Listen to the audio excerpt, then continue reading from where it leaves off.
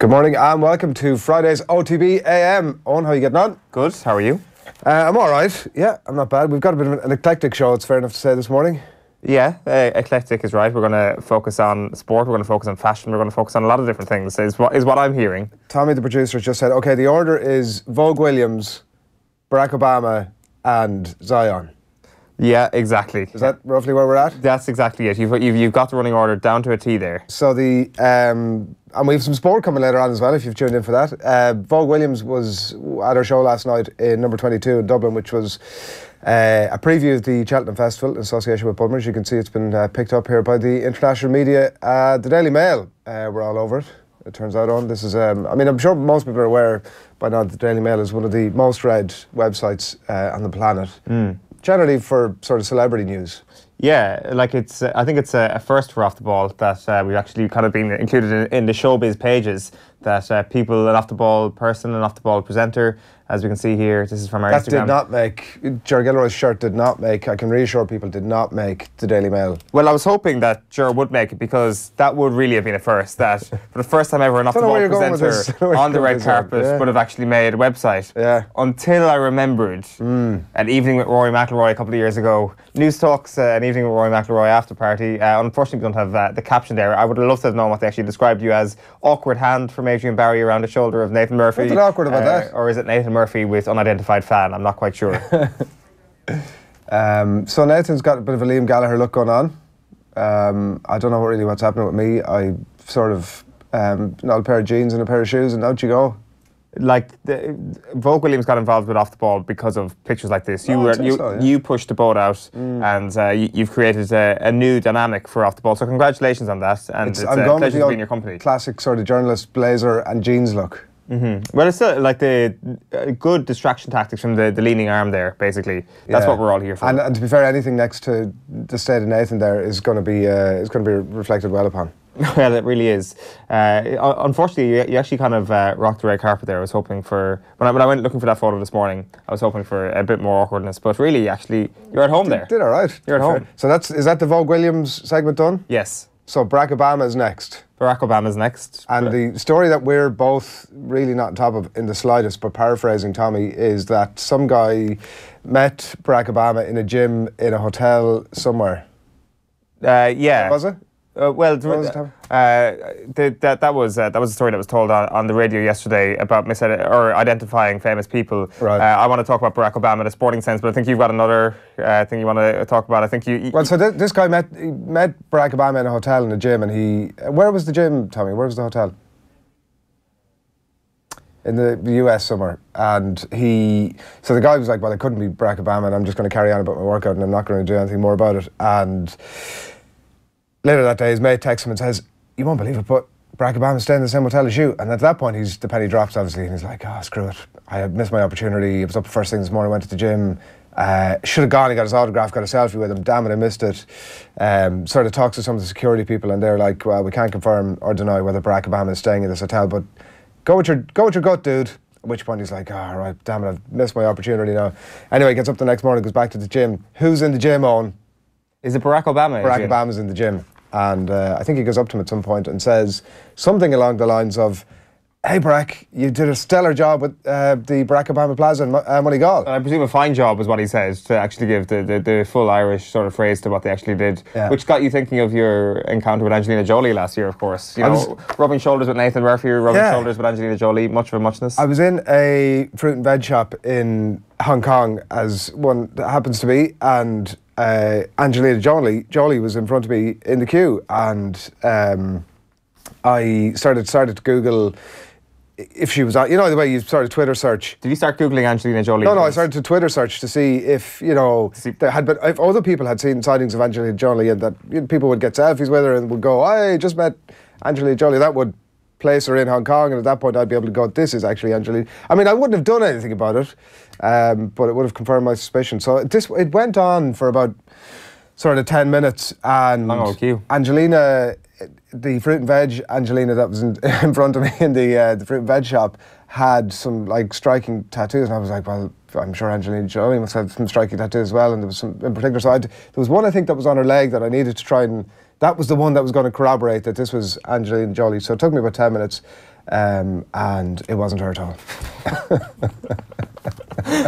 Did look incredibly like her, I have to say. Well, like the adventures of Adrian Barry should be a constant Friday morning thing. I thank you for bringing us down that alley. The reason why I wanted to talk about Barack Obama this morning is that he was at the Duke against the UNC game a couple of nights ago, which tickets going for about $2,300, just a tad cheaper than a Super Bowl ticket, basically, in basketball. It was going to be one of the big games because people wanted to go see Zion Williamson, the next LeBron James. He was going to be the number one pick in the draft, and my suspicion is that he's still going to be the number one pick in the NBA draft. And then suddenly, in the middle of the game, his shoe blew out, which was a Nike shoe. And the first person to identify this was Barack Obama, as we could see him behind Coach K here on TV the other night. That guy's shoe just blew out. We got it here in the corner. Wow. So identified there by Barack Obama, as you can imagine, on the court. I'm sure people will have seen the footage themselves. Zion Williamson, his Nike shoes just fell apart. Well, his left shoe, he did a turn on the court and he injured his knee, had to go off, didn't return to the court. And this has caused a bit of a stir. And I think people who follow a lot of college sports will be rightly pissed off with this, because like Duke has had an association with Nike for about 25 years at this point. And of course, none of these college athletes are actually getting paid. That the college themselves, the NCAA in certain circumstances, are, you know, they're spending a lot of money off an association with Nike, and this guy's seeing none of it. This guy has to wear Nike. This guy injures himself in his Nike shoes, and who knows how long he's going to be out for. Does he now declare straight away for the NBA draft to never play a game for Duke? Well, that is the debate that's going on at the moment in the States. What I say is it would be a great old... and you can see here that the stock went down $1.12 billion after his injury. So stocks are plummeting. There's still second favourites to actually get the endorsement deal with him. We'll have Vincent Wall on a little bit later on to talk to us a little bit more about that. Incredible, isn't it? I mean, I wouldn't feel too much sympathy for him. He is going to make a lot of money, whether it's from Nike or some other sports brand down the track. I know that... What if that was a career-ending injury? I mean, what if, you know, I mean, it looked quite nasty, to be fair. It might affect his draft prospects. Like being think it will? It might do. You said at the very top you suspect that he'll still go That's my suspicion, but it might affect his draft prospects. Like we don't know how the severity of the injury yet. It's a knee injury. No, but I mean, most teams are looking at it going, that wasn't his fault. Is that what you're saying? What are you saying, that he would have got in, that if he has some sort of an injury out of it, that would impact on his draft prospects? Or 100%. If you're not going to draft a guy who's just coming off the back of a very severe injury. Injured? Like we're still waiting the full prognosis on it. It seems like a knee sprain rather than anything else. So that's it'd be grand, is what I'm hearing. That's what I think. Yes, but like it is still just kind of hammering home the idea that these guys are just.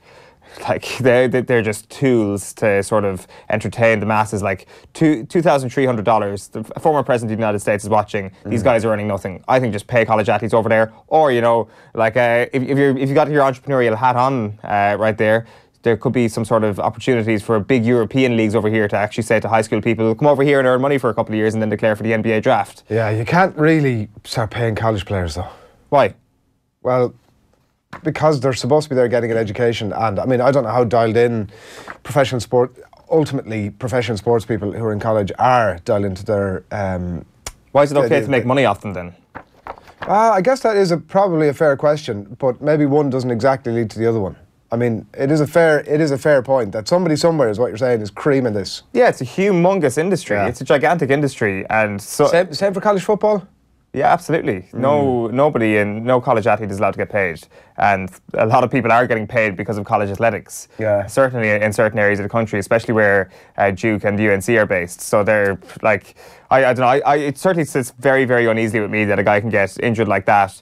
Granted, I don't think it's as bad an injury as some people are making out, and there is a bit of a dramatisation around it, but it's still a knee injury. It could have been a lot worse. Imagine if he blew out his knee properly. Like, the thing is, the ball is kind of in his court, to pardon the pun, a little bit at this point, where he can just say, screw this, I'm not playing for you anymore this season. I'm just going to go straight and declare for the draft.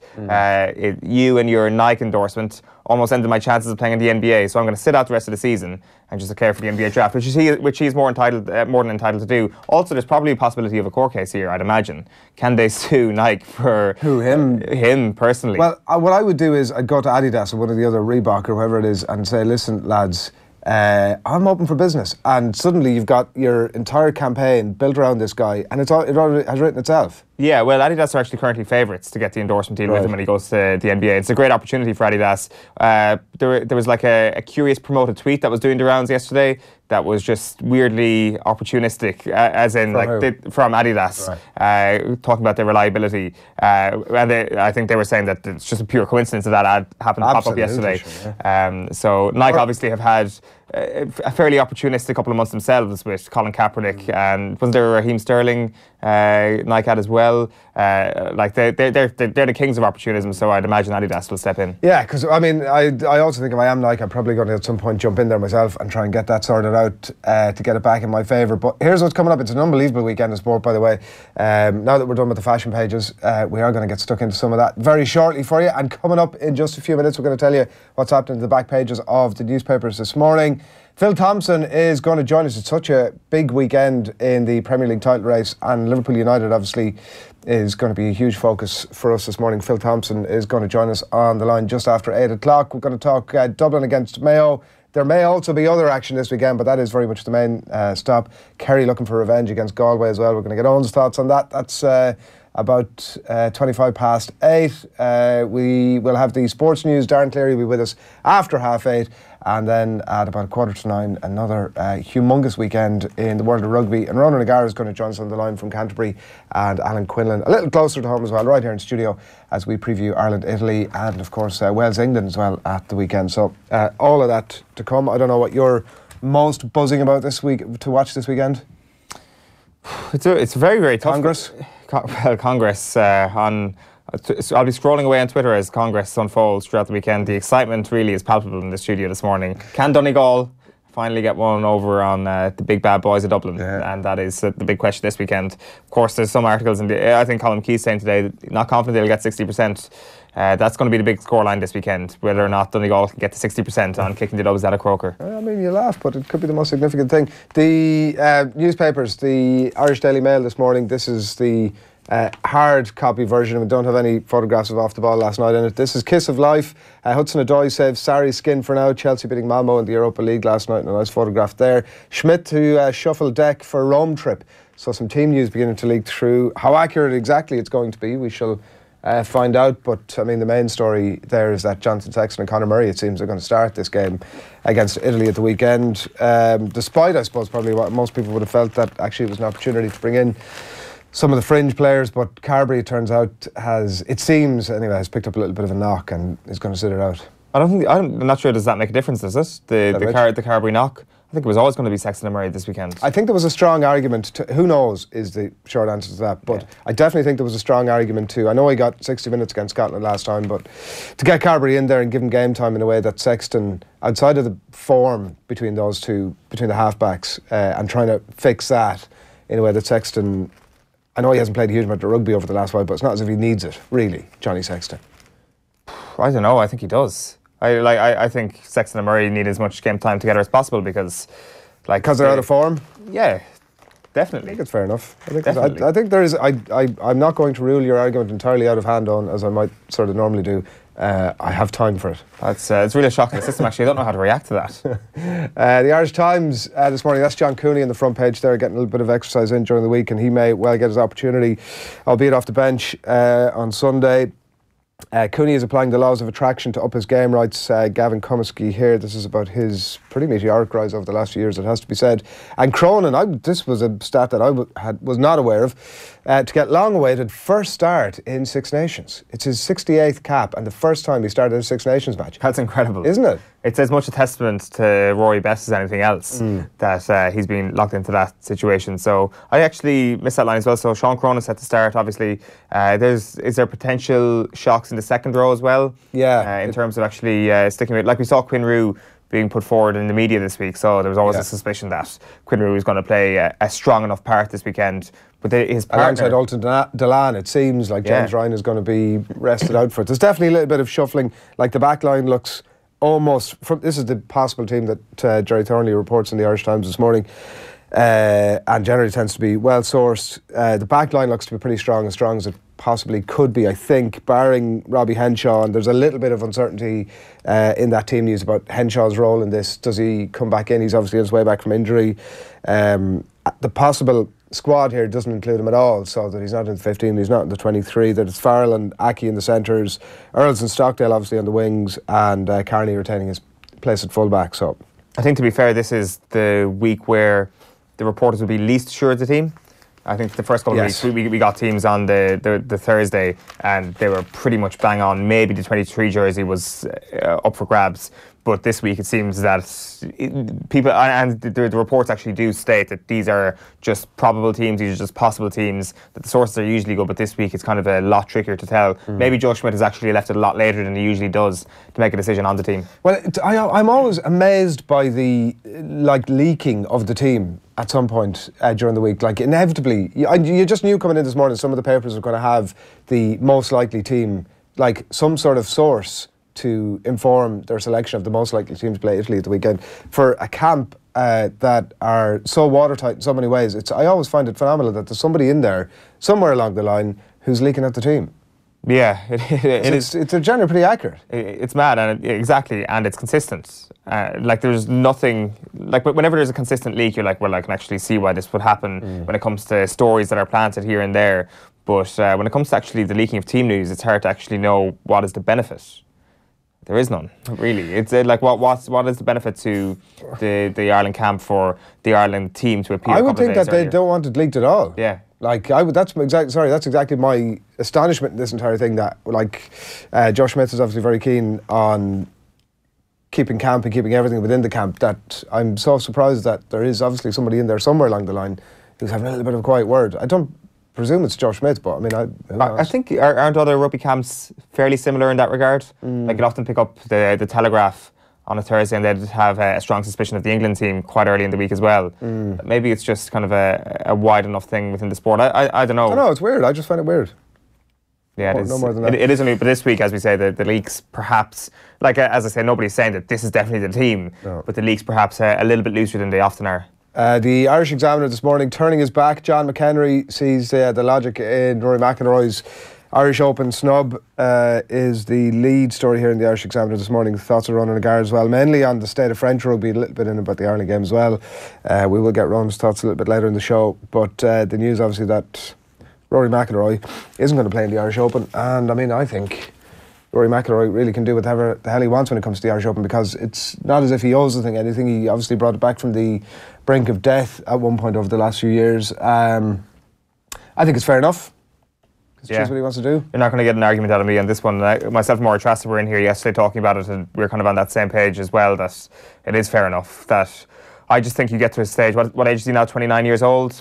And there was obviously huge promise, and he was kind of like looking around at the golfing landscape, and he was top of the mountain in that regard a few years ago, and we just thought this is going to be major after major after major, one a year, one every second year at worst, and now he's gone on a drought for a couple of years without a major. So when you're 29 years old, it's not last chance saloon, obviously, when it comes to golf. When it comes to perhaps getting the most out of your peak, now is really the time. And like, you talk about marginal gains, and the phrase gets, ostracised so much, but is the fact that he's skipping the Irish Open a marginal gain in terms of going after the win at Portrush? I think it probably is. And I think you kind of have to say fair enough to him in that regard, because I guess, like he says, this has got more of an added importance this year, the Open being on this island, and you have to take him at face value when he says that.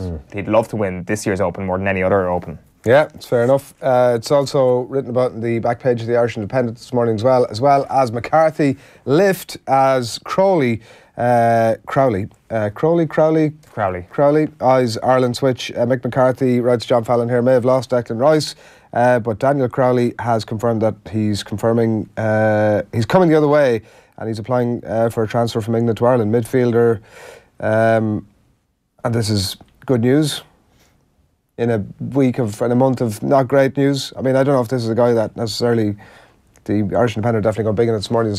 He's not coming straight into that team, but a boost nevertheless. Yeah, he's only 21 years old. Like, the name's been on the radar for a few years now, particularly within an Arsenal context. When you hear that there is an Irish qualified player who's involved in a team like that, you start to get a bit excited. So obviously that was happening when he was extremely young. He talks about Euro 2016 and saying he didn't have an England shirt and he wasn't cheering them on in Euro 2016, that Ireland was his team in the Euros in 2016. So that's all we need. It is a similar situation to Declan Rice, where it's kind of like a grandfather connection. Yeah.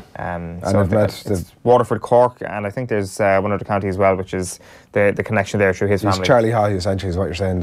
He's a bit of everywhere. Exactly. Gavin won't be phased if team fail to fire in the league, says Mick O'Dwyer, who's a man we don't hear often enough from, and he's totally right as well. I mean, Dublin could end up getting relegated from the league and still go on and win the championship here. Yeah, still raging hot favourites for the championship. Missing 3 of their most influential players still. So raging hot favourites. Raging hot favourites, yeah. To the point of certainty that they'll win the All-Ireland.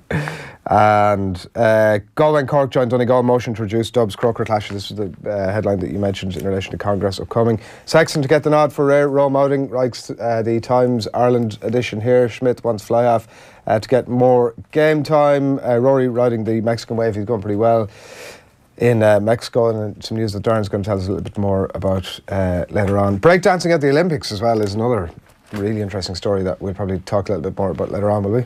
Yeah, we're buzzing for that. It's the thing that has occupied in the hour and a half that we've been in the studio before we came on air. It's the one thing that you've been pretty exercised about.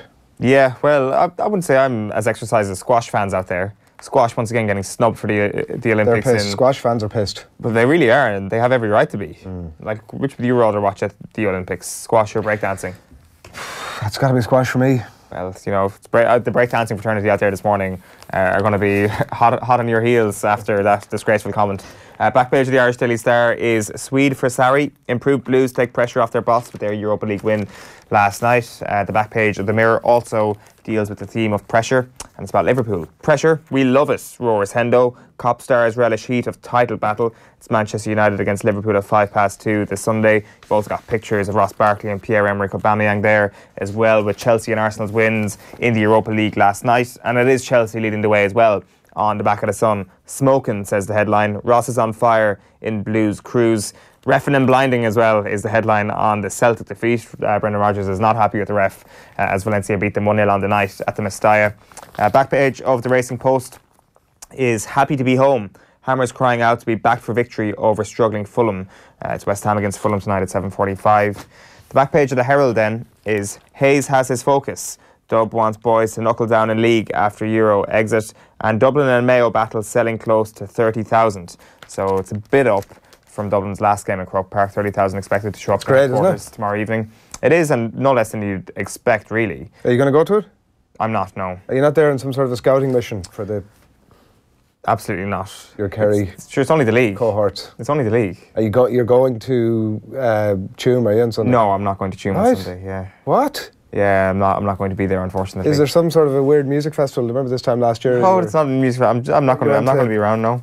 I'm always reluctant to tell you any plans I have. Just was it Daniel Bedingfield you went to last year? And said, who did you go to? What did you say? It was who? Daniel Bedingfield. Daniel Bedingfield. Now there's a throwback to 2002 right there. Who did you? Why did Daniel Bedingfield come into your head? Because it was some sort of cheesy pop act that you went to last year instead of going to cheesy pop act. Kerry League games. That's not true. Was it? That's just like blatantly untrue. I think I was at every Kerry League game last year. No, well, it's a championship game you missed. There was definitely a game you missed last year to go to some cheesy pop act. I just didn't go to any cheesy pop act last year. I think you're inventing stuff. Daniel Bedingfield. Back page of The Guardian this morning is Gatland and Jones show. Wales coach calls England Sinclair emotional time bomb. It's a great line there for Warren Gatland, who of course would have worked with Sinclair, pretty sure, in the British and Irish Lions. And the Daily Telegraph then this morning. Blues relief for Sarri. It's Olivier Giroud pointing to the sky, and the rugby lead there is Gatland warning on time bomb Sinclair as well. Few verbal barbs between Warren Gatland and Eddie Jones. Jones calling this the best Welsh team of all time, and also a reminder that Wales don't get to pick whether or not the roof is going to be open when it comes to this game at the Principality Stadium, and England have elected to keep it open. Warren Gatland saying, I just don't know why this is. It is a bit ridiculous. Why that they don't just get to call it? Why don't Wales get to call whether or not? Well, I mean, they can see that it's pretty unfair advantage on every single team they play, where they get to decide. Sorry, that's my bad. That they get to decide what whether the roof is open or not. It will be an unfair advantage. Yeah, but it's your home ground. You're supposed to have unfair advantages. You're supposed to control all the elements you possibly can control in your home ground. Yeah. You skipped the minor final as well. Was that Daniel Bettyfield? The minor final. I was at Electric Picnic last year for the minor final, but sure, I wouldn't take a ticket off. No, you didn't see it. I wouldn't take a ticket off a genuine Dublin or Tyrone fan who were there for the senior final. Would there not be genuine? Would there not be more genuine Kerry fan to be there to be at the minor game? Well, more genuine. No, the senior final is the real deal. Sure, those Kerry fellas will win All Irelands in years to come. Liverpool legend Phil Thompson standing by. We're going to get his thoughts on the big game this weekend, Liverpool United. But before that, Gary Breen was on the show last night with Johnny, and he was talking about Liverpool's title credentials. I think Liverpool would dominate. I know, like, we've got two teams who are devastating on a counter-attack, but I think Liverpool would dominate possession. I think United will want to suck them in a little bit to create a bit of space. But if I had to go for anyone, and this is the one thing I say, if you're going to be title winners, you have to go to these places and win. Regardless of the rivalry, the history between both games, if you're looking to win the title, you have to go away to the fourth best team in the league and you have to win. And I just feel that Liverpool will do it, because I don't think that United defence is good enough. Shane?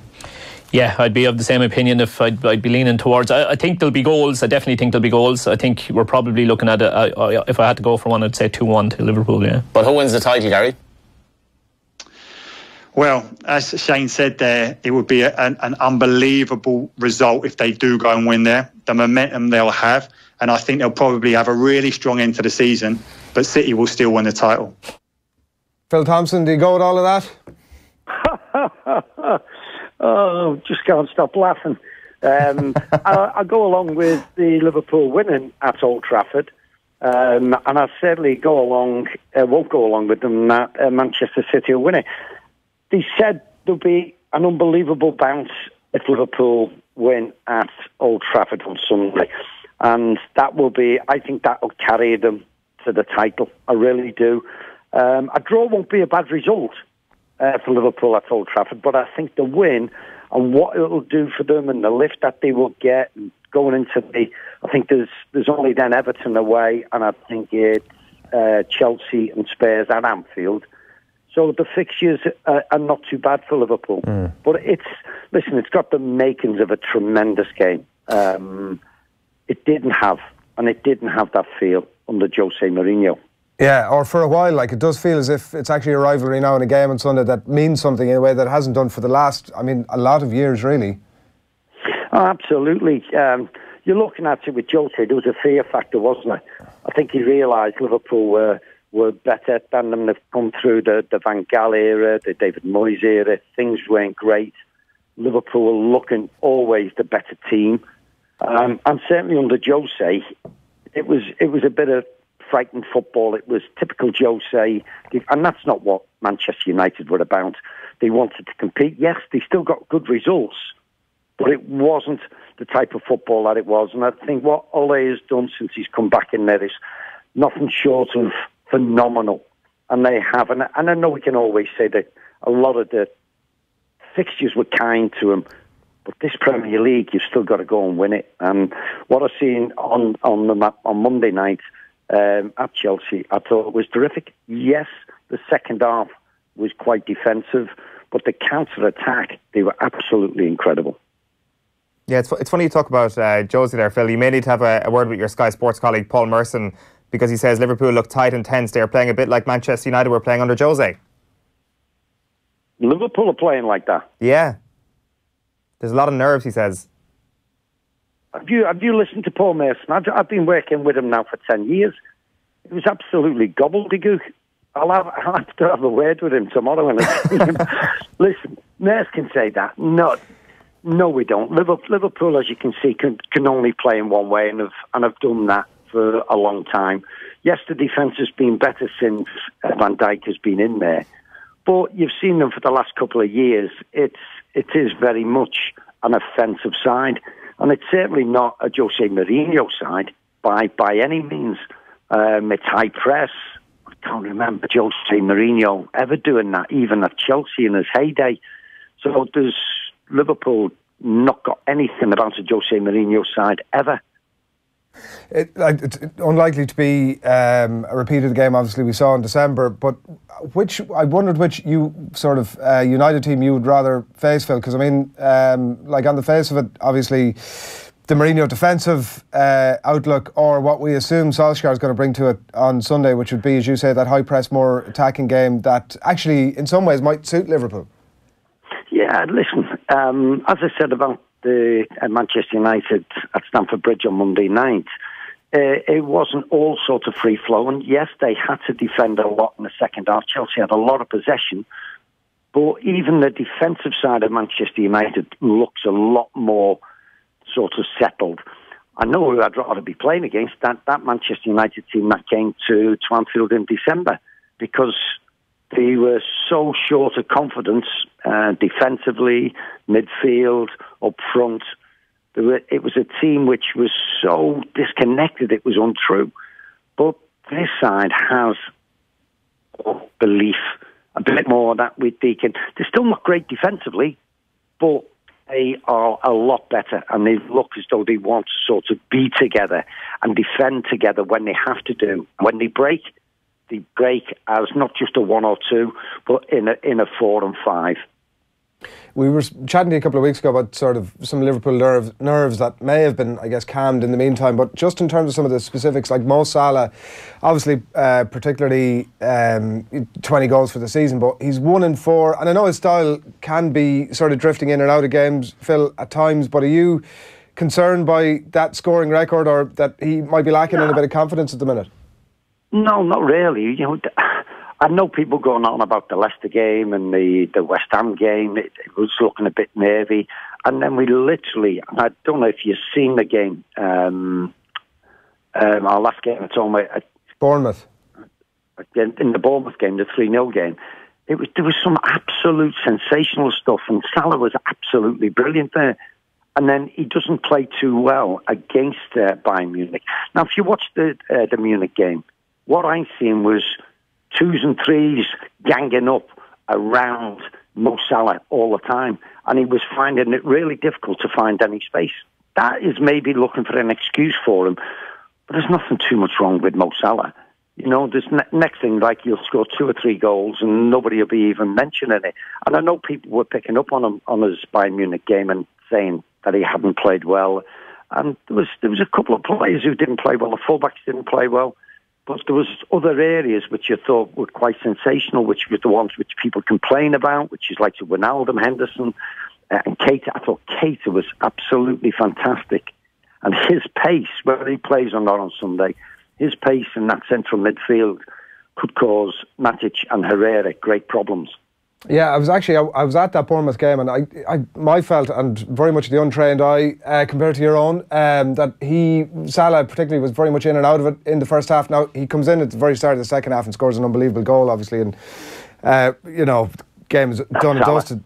Salah, yeah, and game is done and dusted at that stage. It's a lot with players, and if you watch that, it's what great players do. They flit in and out of games, and they still make an impression. But it's like some of the greatest goal scorers that I've ever known.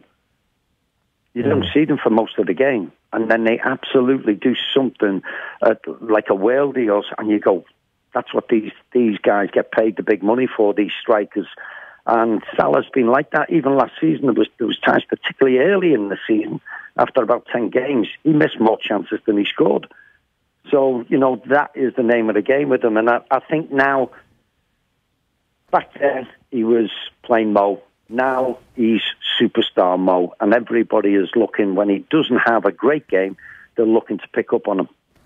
Yeah, you talk about the potential for Liverpool's midfield to overrun Nemanja Matic and Ander Herrera. And I think 10 days ago against Paris Saint-Germain, we saw that happen. Is there anything else you can glean from that game, Phil, in terms of areas that PSG exploited in Manchester United that Liverpool can do the same on Sunday? I think it is that little bit of pace and quick passing. And that's what we're going to have to be like, because I do believe we will have more possession. And Manchester United, as good as they've been, they're still sort of searching for that cohesive unit all round. I'm saying the defence is better. Matic, I've seen him play more forward passes since Ole's been in there than he had done in all the time with Jose. but they lack a little bit of pace in that area.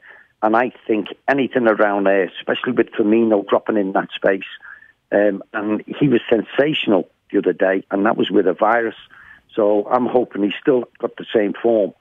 But they're the areas which I think Liverpool is the pace and get at those guys and harass them. And you've seen with Matic, he can very easily, you've got that little bit of pace and go past them, and they'll always make that professional foul trying to draw you down. And I think there'll be a lot of free kicks in those areas. Yeah, and in terms of, you've mentioned how impressed you were with United on Monday. By the way, they're obviously the form team in the Premier League at the minute, Phil. I presume you've been very impressed with where United are at the minute and what Solskjaer's doing with them? Absolutely. I said to you before, it's been quite sensational what Ole has done. You can see really that the dressing room area under Jose must have been so toxic. It must have been untrue. The turnaround in some of the players, Rashford, we always knew there was a player in there, but Jose didn't trust him. Pogba, you always knew there was a player in there, and he's quite he can be off the wall, can Pogba. But we've seen the real Paul Pogba step up, and he seems as though he's got a lot freer. I can get in that box. I can make sure that I'm going to race and nobody's going to have a go at me because I'm not in my midfield position. There's a lot more freedom with this Manchester United side, what Ole Gunnar Solskjaer has brought to the table. And I think it has been quite an incredible turnaround. And I'm saying that because it's not easy to sort of keep on winning in the Premier League. We've seen Arsenal have a great run. We've seen Chelsea have a great run. But then the wheels have come off with it. And you can see them dropping points against all kinds of teams. But this Manchester United team seems to be a lot stronger and a lot happier. And I use the word happy because they look as though they're enjoying everybody's company at the moment. What's the plan then, when you mentioned Pogba, with that Liverpool midfield three, to get at him this weekend and upset his play? Because he is so important to that United success at the minute. Yeah, I do think so. It's the high energy of Liverpool's midfield. I think those are the areas.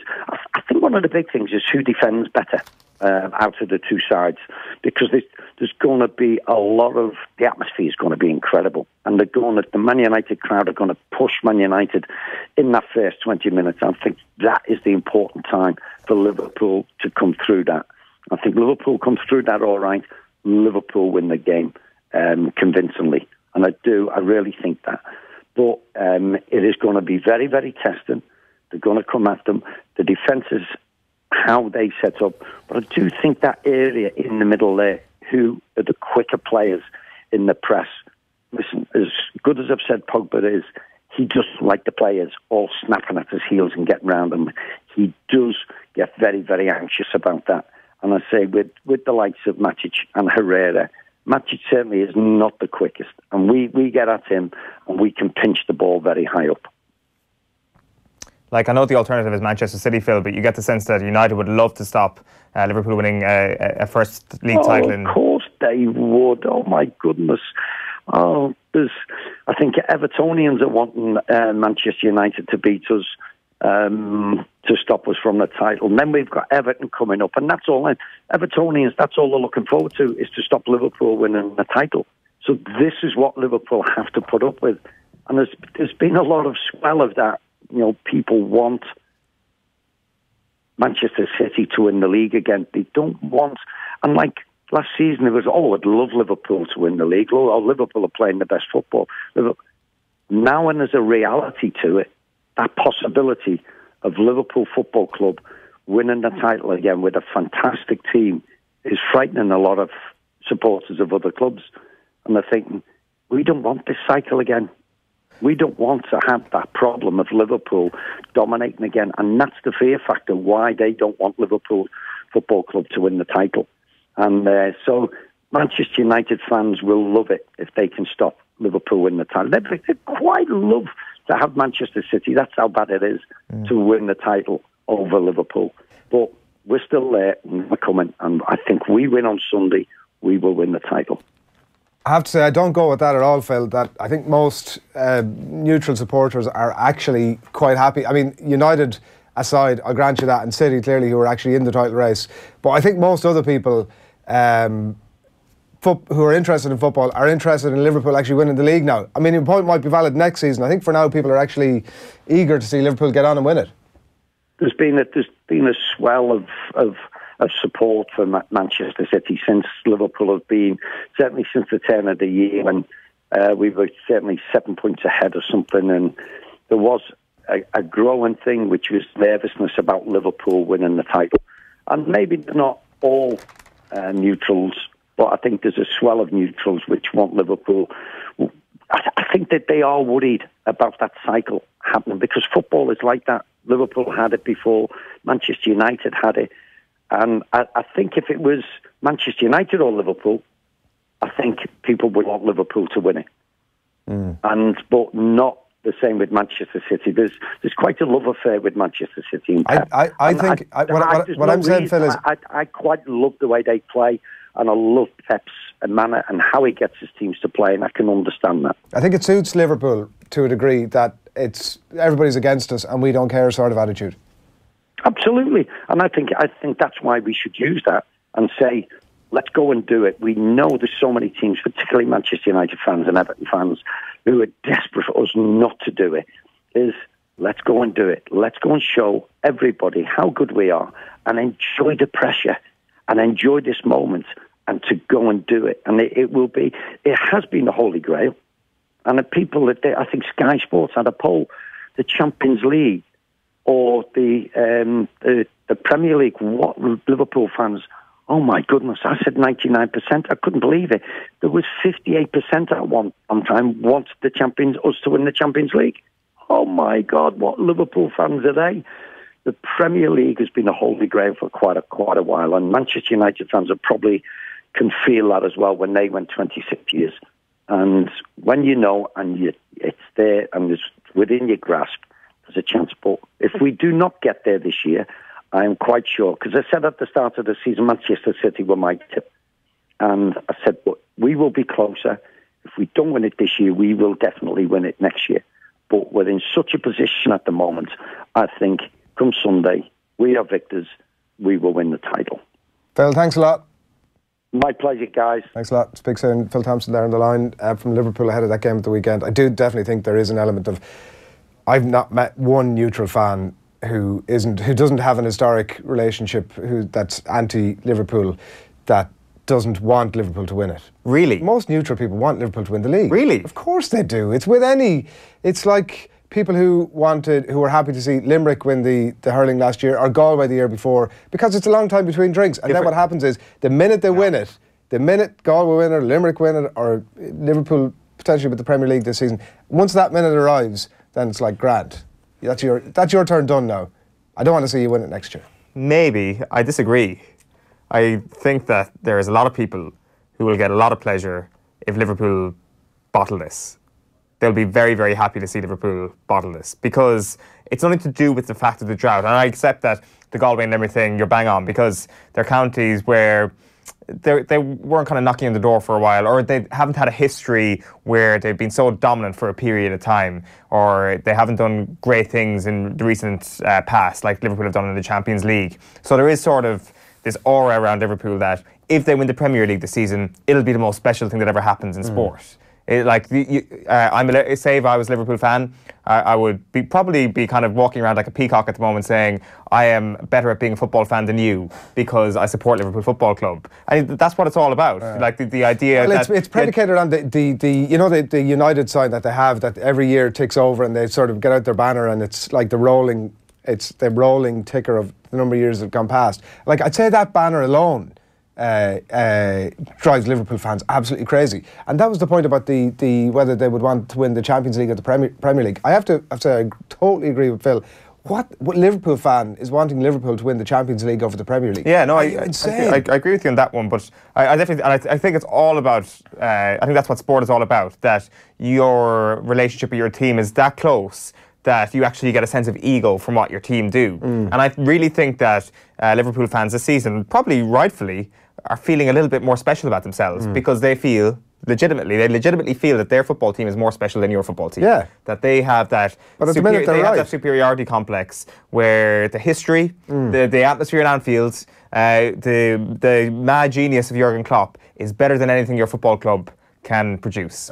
And there may be elements of truth in that, but what I'm saying is that there is a sense of superiority around that, which probably doesn't go down too well with fans of other clubs, and they'll be like, I'd love to wipe that smug smile off their face. That's what I think.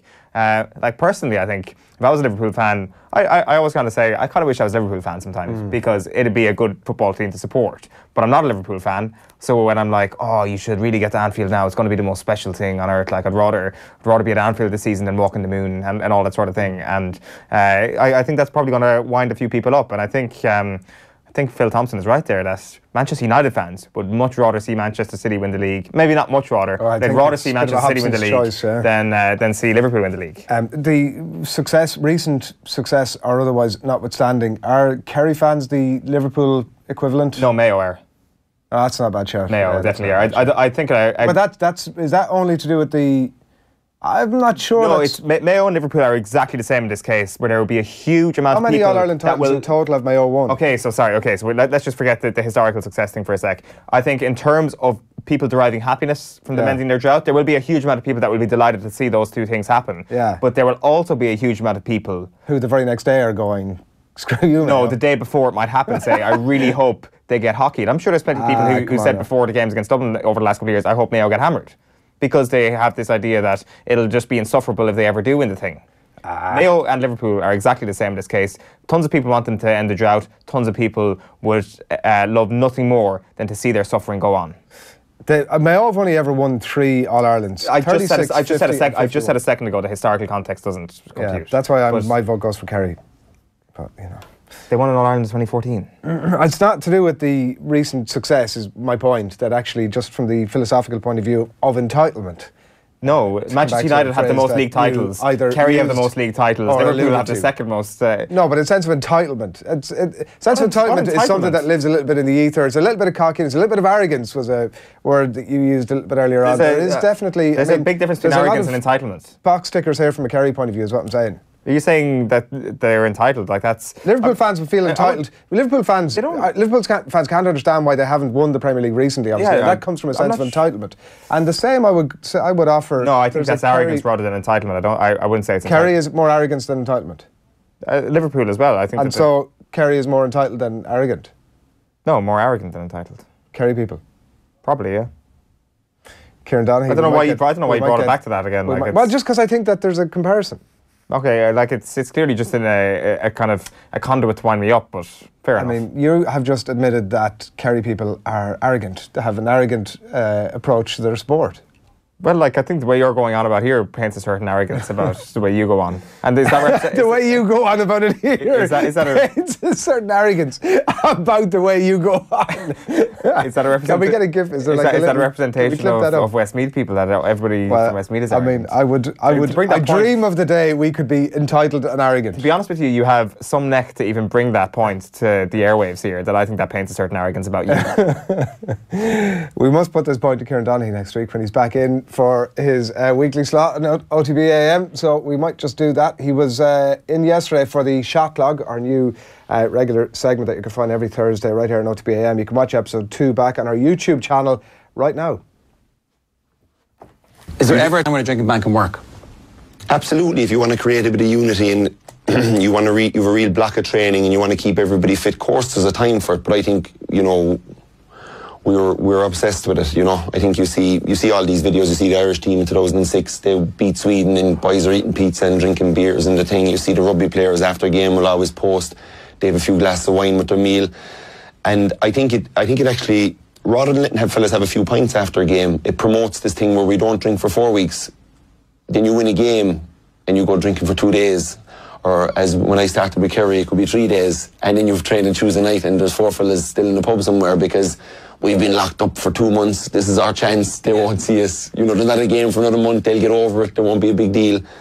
you know, I just think a more level-headed approach to drinking in the GEA. And did it come in as you got older, or is there still it's still there? Yeah, I think it's settling a small bit, but there's still, like, you know, if I go 2 weeks before a county championship game in Kerry, and, you know, the question will be, you know, why were you out? Were you drinking? You know, what were you doing? And I just think fellas put so much time into training, living this regimental lifestyle, that if they want to go for a meal, if they want to have a glass of wine, if they want to, you know, a week before a game, 2 weeks before a game, I don't think it's an issue. You know, once you can trust your guys that it isn't. That's the issue. It's a trust issue. It's because so many of us can't really be trusted not to go completely mental on a night out. It's like, oh, we'll just have the 1 or 2, and then it's like 4 in the morning. You're like, we've got a lock-in. That's the problem. Irish culture loves lock-ins. Yeah. You know, Irish culture does love lock-ins, but I think it's all because of that. It stems from that we pigeonhole ourselves into this one night every 2 or 3 weeks, and then it's like, I'm going to break free.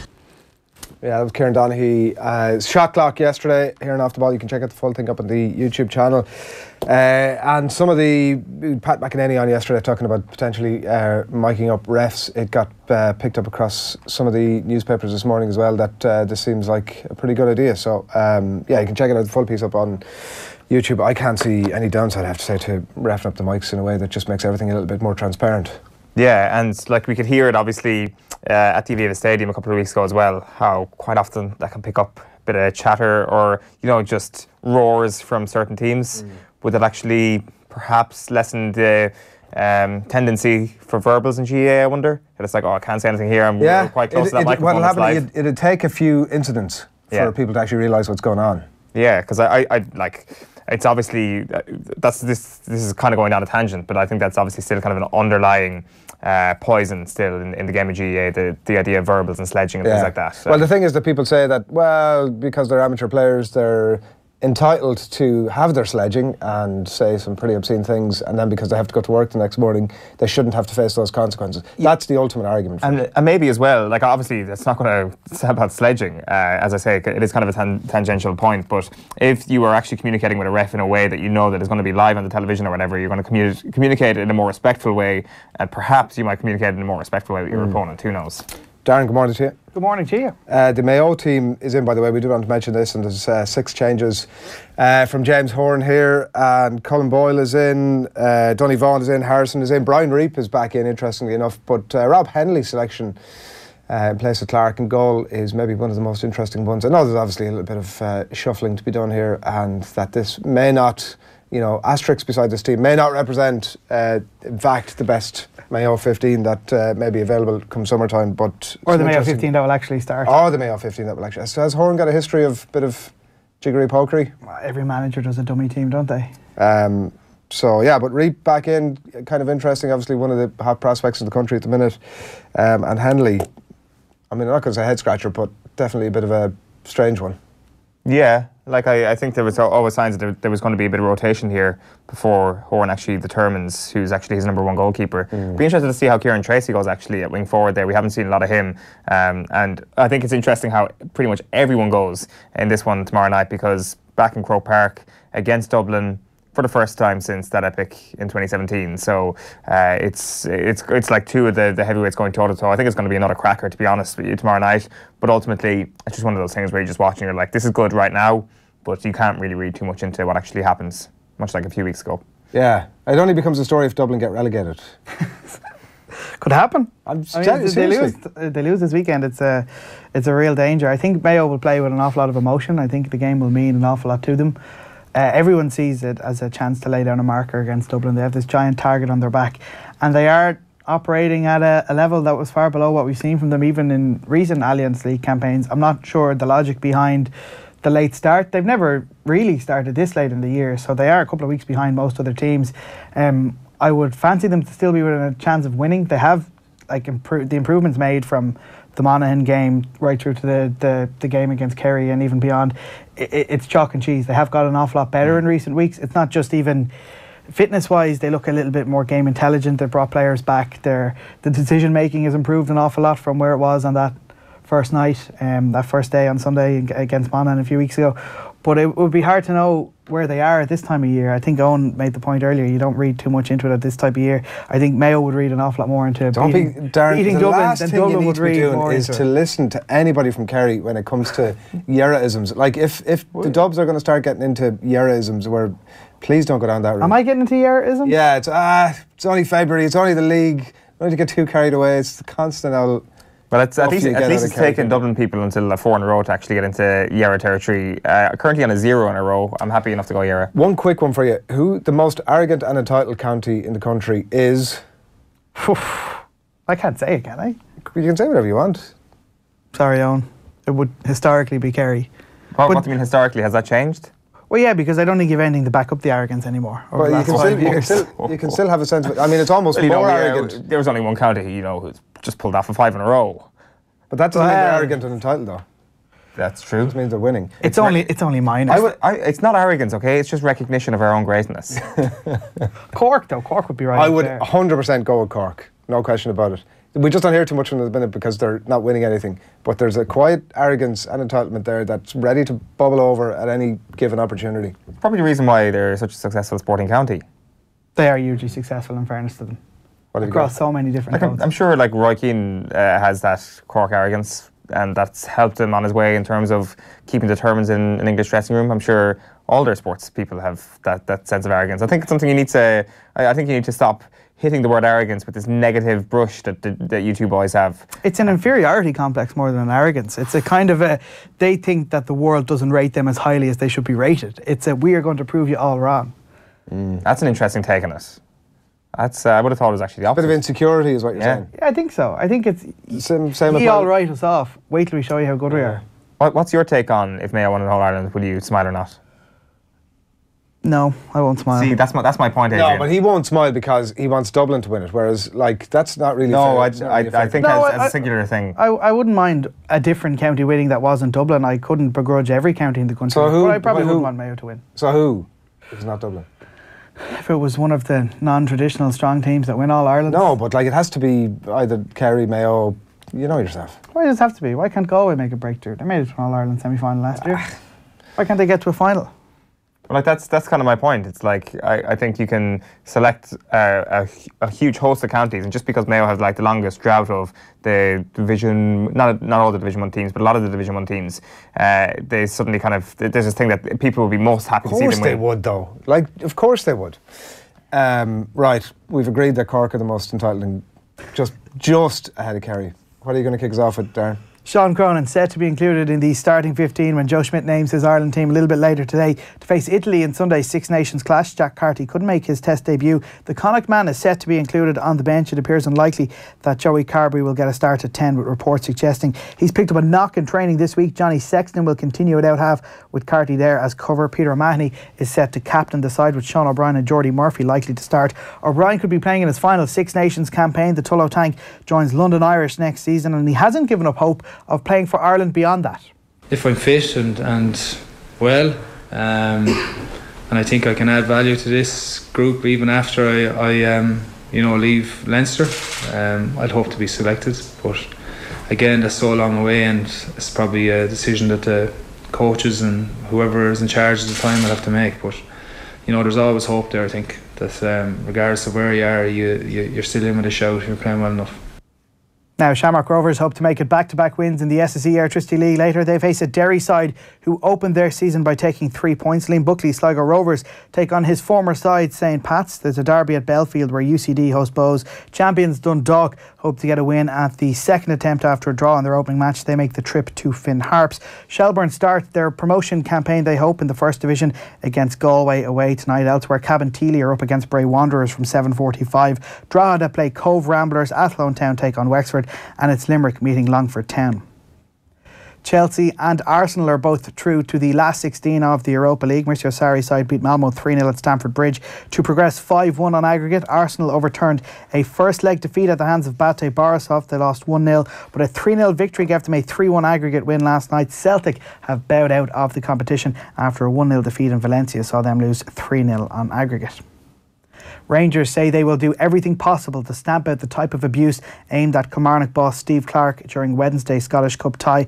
Clarke said he faced sectarian abuse from the dark ages at Ibrox as his side lost 5-0 in their last 16 replay. The Scottish FA say they will seek further discussions with government and the police in light of the recent incidents. In a statement, Rangers said, "We wish to make it clear that unacceptable behaviour will not be tolerated at Ibrox." Clarke claims after the Kilmarnock captain Chris Boyd was subjected to sectarian abuse as well during last Sunday's game with Celtic. A word of warning: some viewers might find the language used in this clip offensive. They can call me a bastard or a wanker. No problem, thanks guys. No problem. But they call me a Fenian bastard. Come on. We're living in the dark ages. They're not allowed to call my sister a black bee. Yeah, but they can call me a Fenian bastard.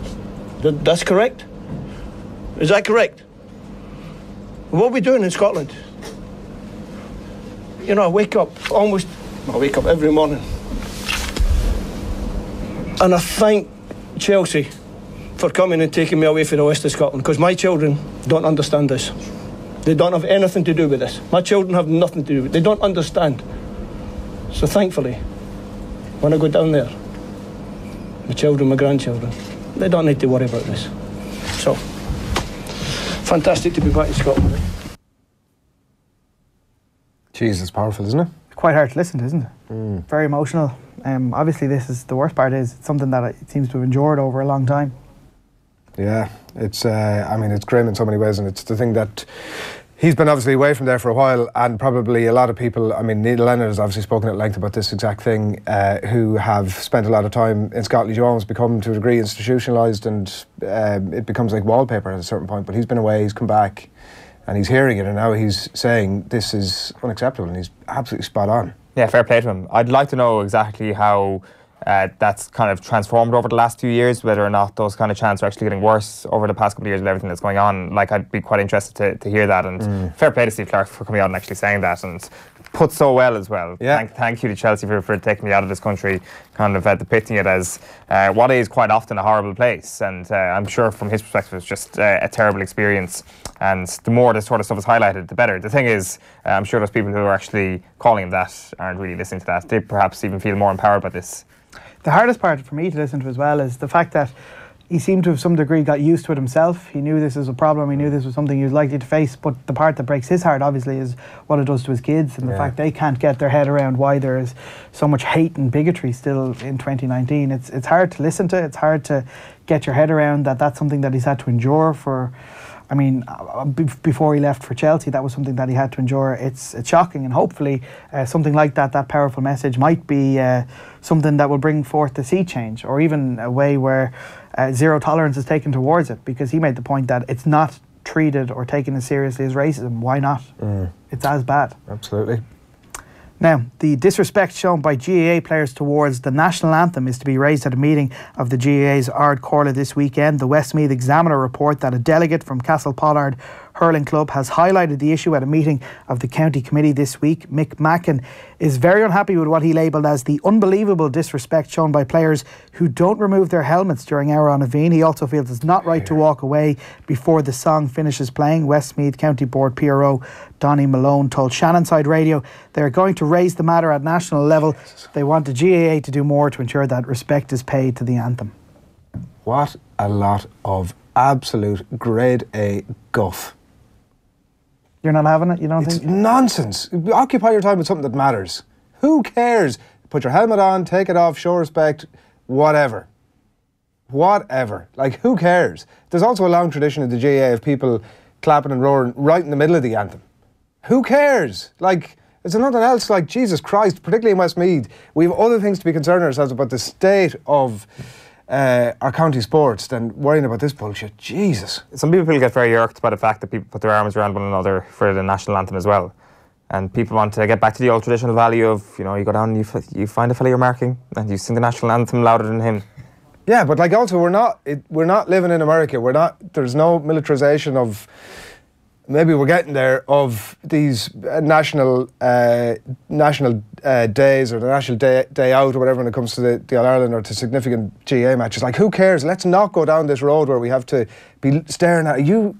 Did you twitch there in the middle of the anthem? Did you twitch? It's not that bad. Twitching. Is it not fair to want to observe a bit of respect for your national anthem? Who cares? Just take off your hat of the Leave it on. Like the. Would you? Would you do it? Yeah, you would. Yeah. I'd be interested to get Declan Rice's take on this, who thought the national anthem was catchy. He loved the national I'm sure he's disgusted by Westmeath hurlers wearing helmets. Jesus.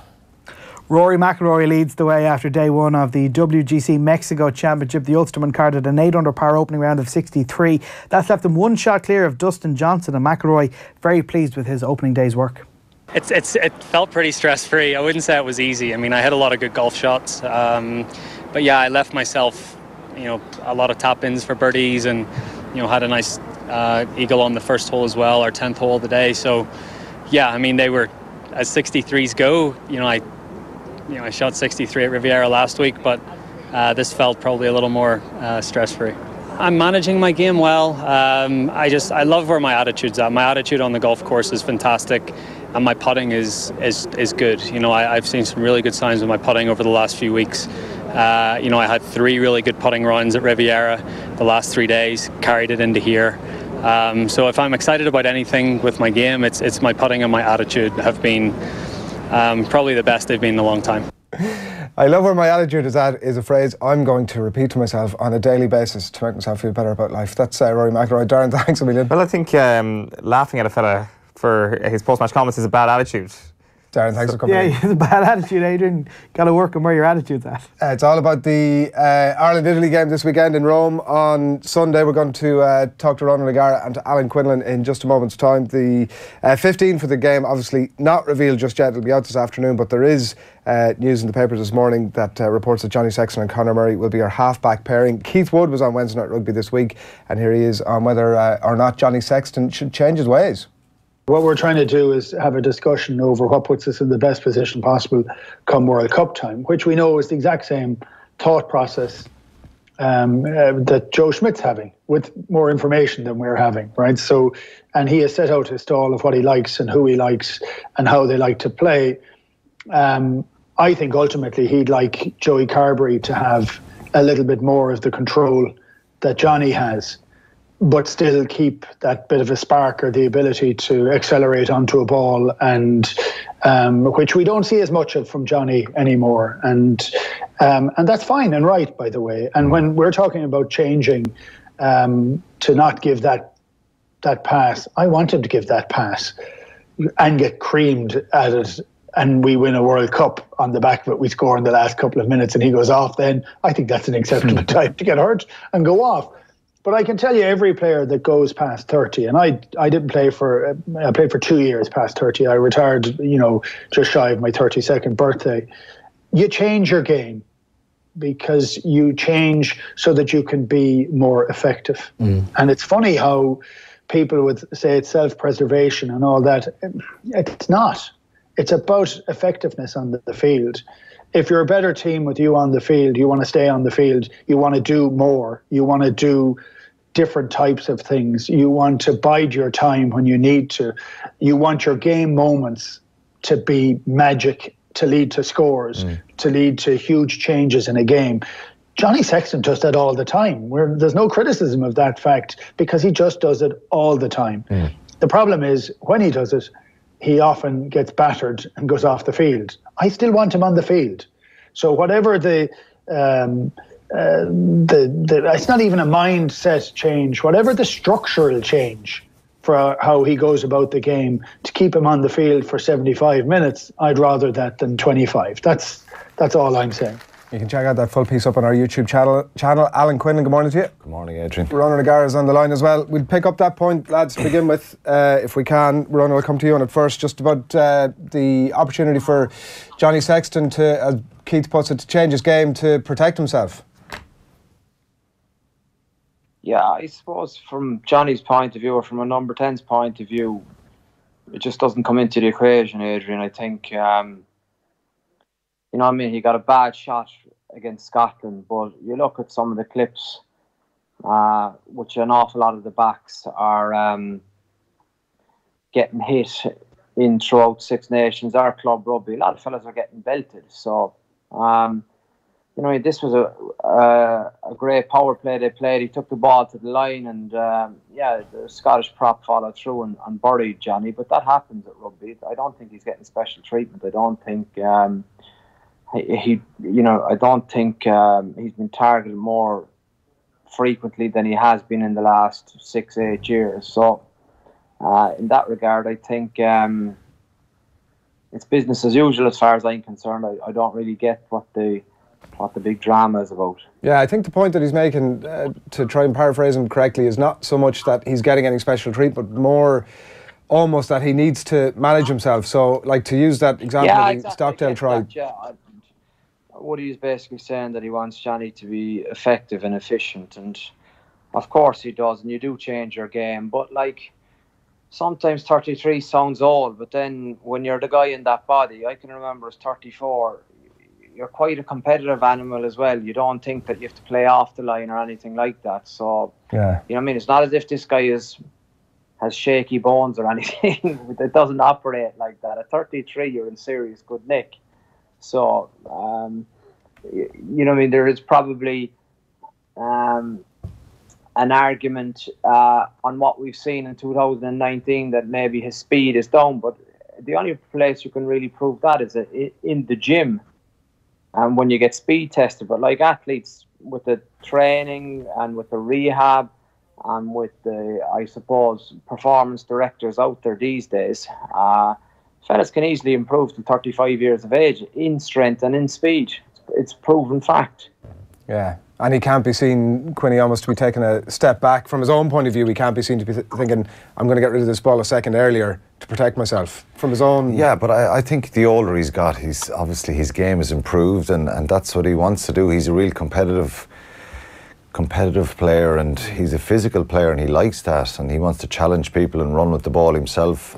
Some fly halves sit in the pocket a little bit more, and he wants to be involved and really challenging that line, and that's brought him incredible success in the teams he's played with, and the back line, the players outside him, because he's a real threat with the ball. But yeah, look, he says he's not going to change his game, and it's his choice, and it's the way he wants to play. And Woody's point is kind of relevant, that we'd all on the outside are just like to see him protected a little bit more, and probably not be so confrontational, but you can't take that out of the person, and that's part of what makes him who he is.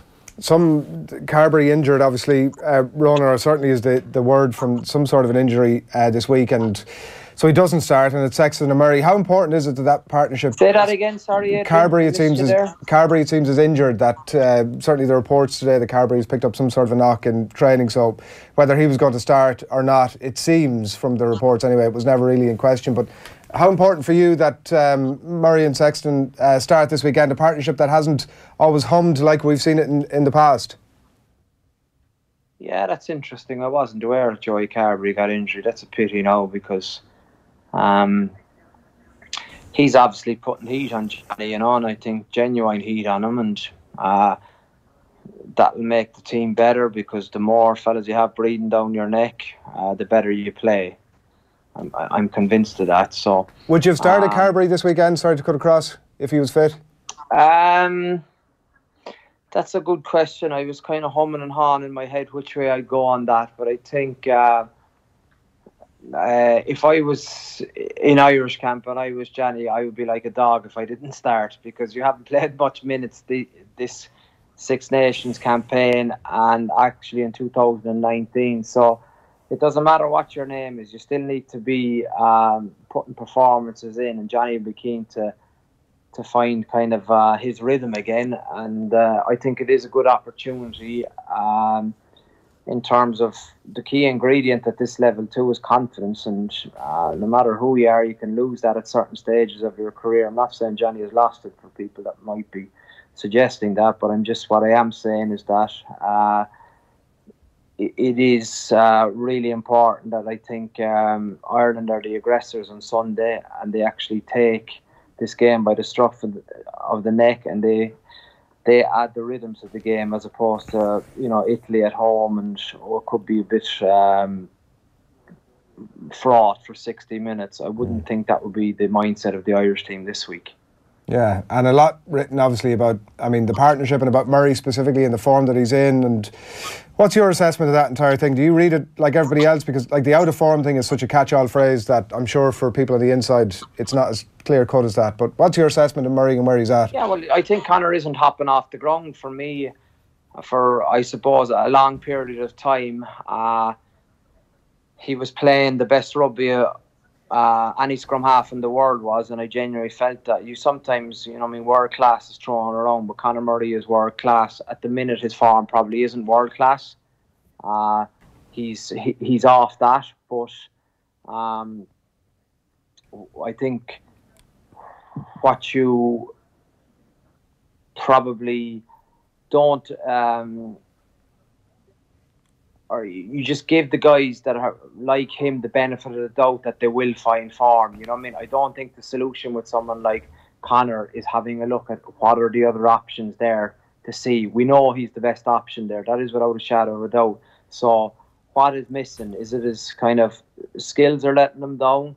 Is it the structure of the team that's letting him down? Or basically, is his mindset? Does he need to get a little bit hungrier, or has he a niggling injury that's playing in his mind, or is there something that isn't quite right at the minute? Is his normal training routine exactly the same it is every week? Is he down on a weight or a skill session? Is that affecting his form, or is there absolutely nothing to it and he just probably hasn't executed his skills as he'd liked as a number 9? His box kicking is probably, instead of a 9 out of 10, he's probably, 6 to 7 out of 10 at the minute. But I think that happens. I think for the guys that are lucky enough to play over a sustained period of time, it's very, very rare. You don't have a dip in form, or you don't get a dose of the yips now and then in your career.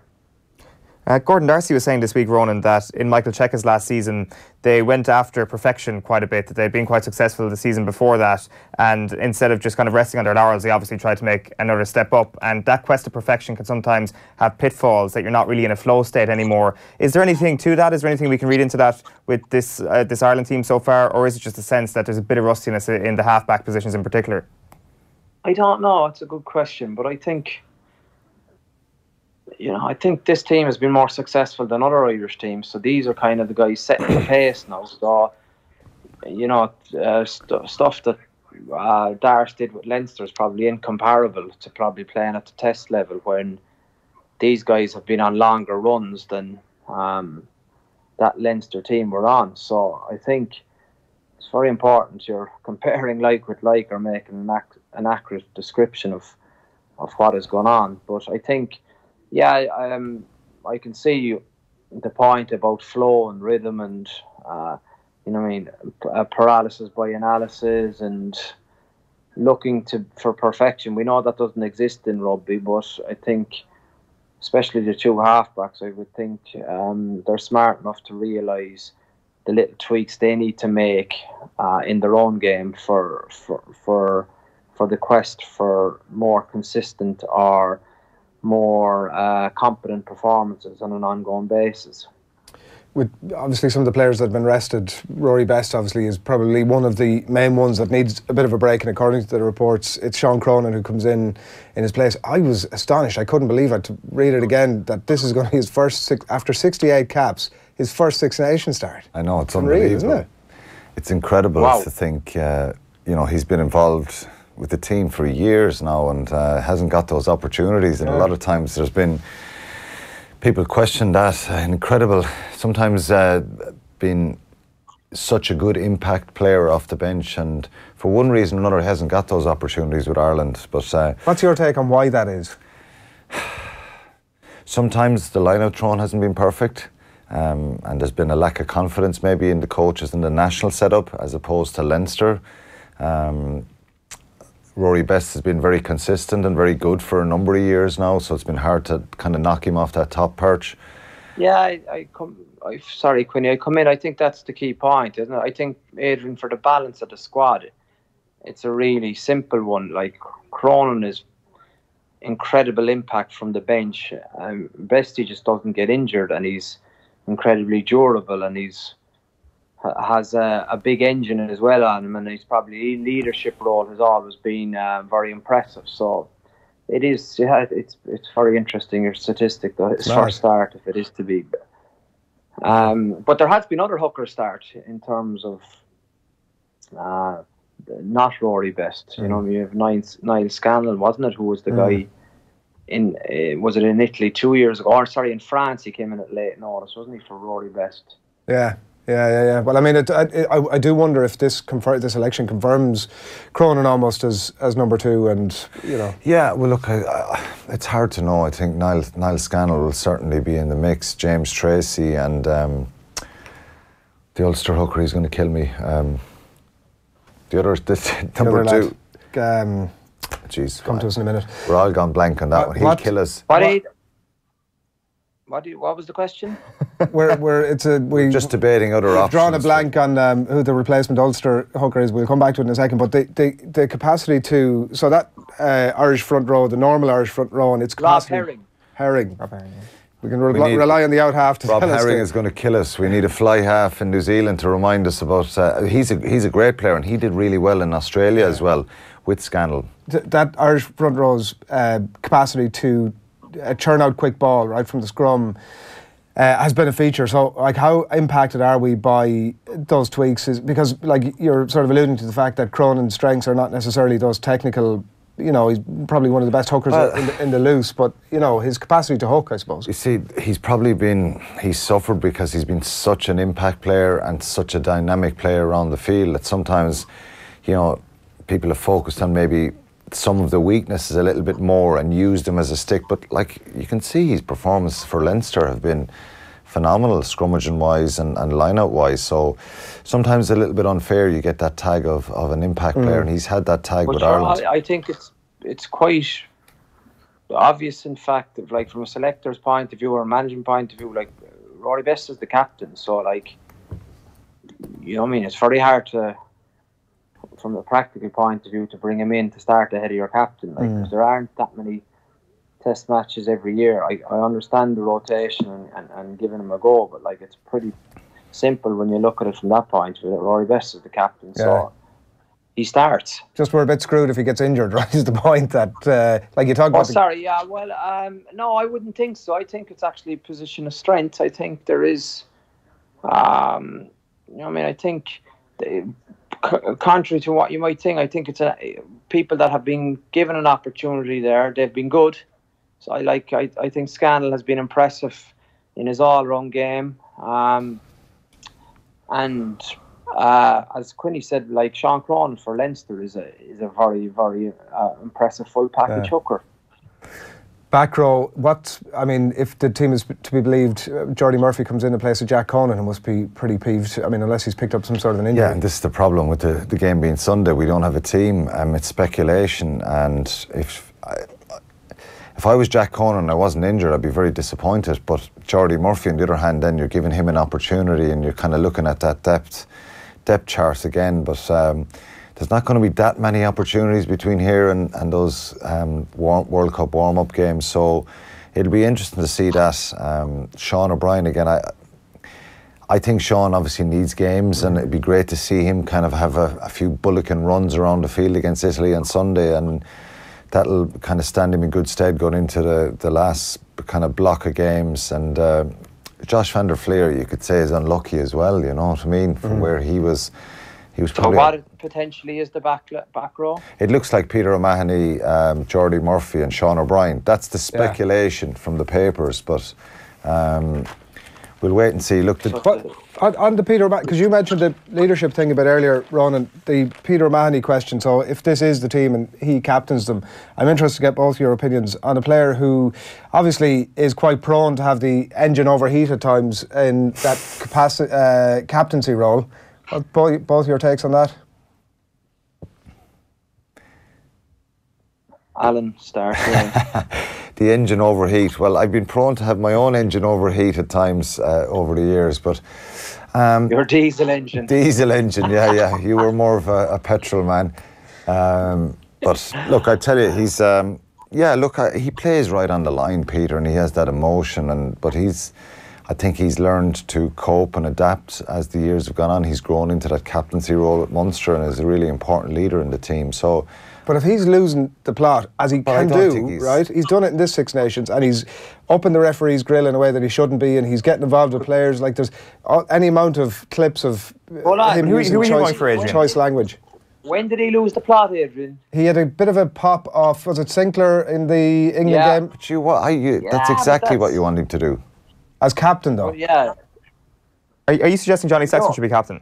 But he wasn't captain on that occasion, so he's fully entitled to do that. So he dials it down when he's captain? I think most definitely. I think there would be different behaviours or mannerisms. I think his approach all week, if you know you're captain, it's different. But, like, to be fair, you know what I mean? I think of all the guys in a white jersey that there, was easy to pick who was going to rile him, and I'd say you give Sinclair the exact same reaction yourself, Adrian, even if you were worn by shorts all week. I wouldn't. You would. I think there's a trust there. Joe trusts him and trusts him to lead the team if he needs to. He's been vice captain. Sexton himself have been vice captain for a while now under Rory Best and their leader. So as Rog said, it'll be a little bit calmer. Obviously, if you're named as captain and you're going to have a relationship that you're going to be speaking with the referee for 80 minutes, it's a little bit different. Sometimes it can have a kind of opposite effect if you're not captain and you're very confrontational, that you might get a bit frustrated, and then the referee can say, well, he shouldn't be talking to me because he's not captain. So Peter plays he has that emotion. I think he's grown into it. There's always a case where, you know, he can be right in your face, but that's not a bad thing. I think against England, if there was any criticism of Rory, I wanted him to be stronger for that, you know, on a few occasions with Garces. But look, it's a fine line, and I think there's no issues with him being captain. I think he's done a great job for Munster over the years and for Ireland when he's got the job.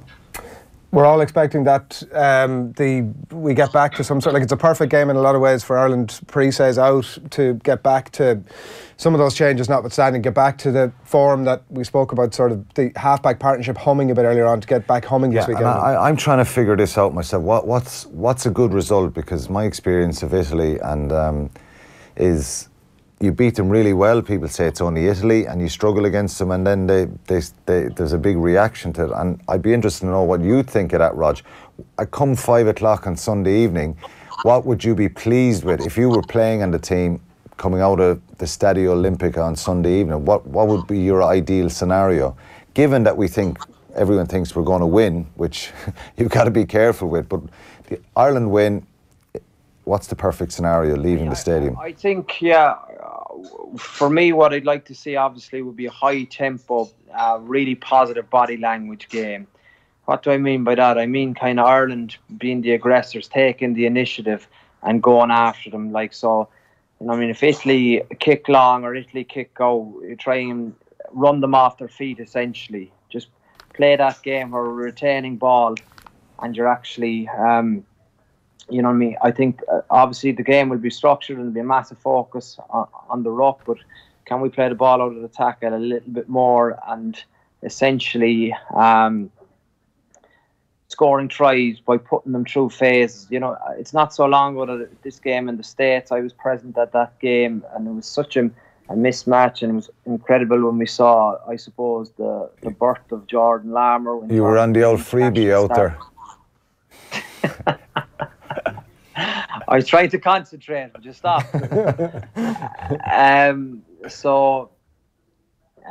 That's I think, and I looked at it, obviously.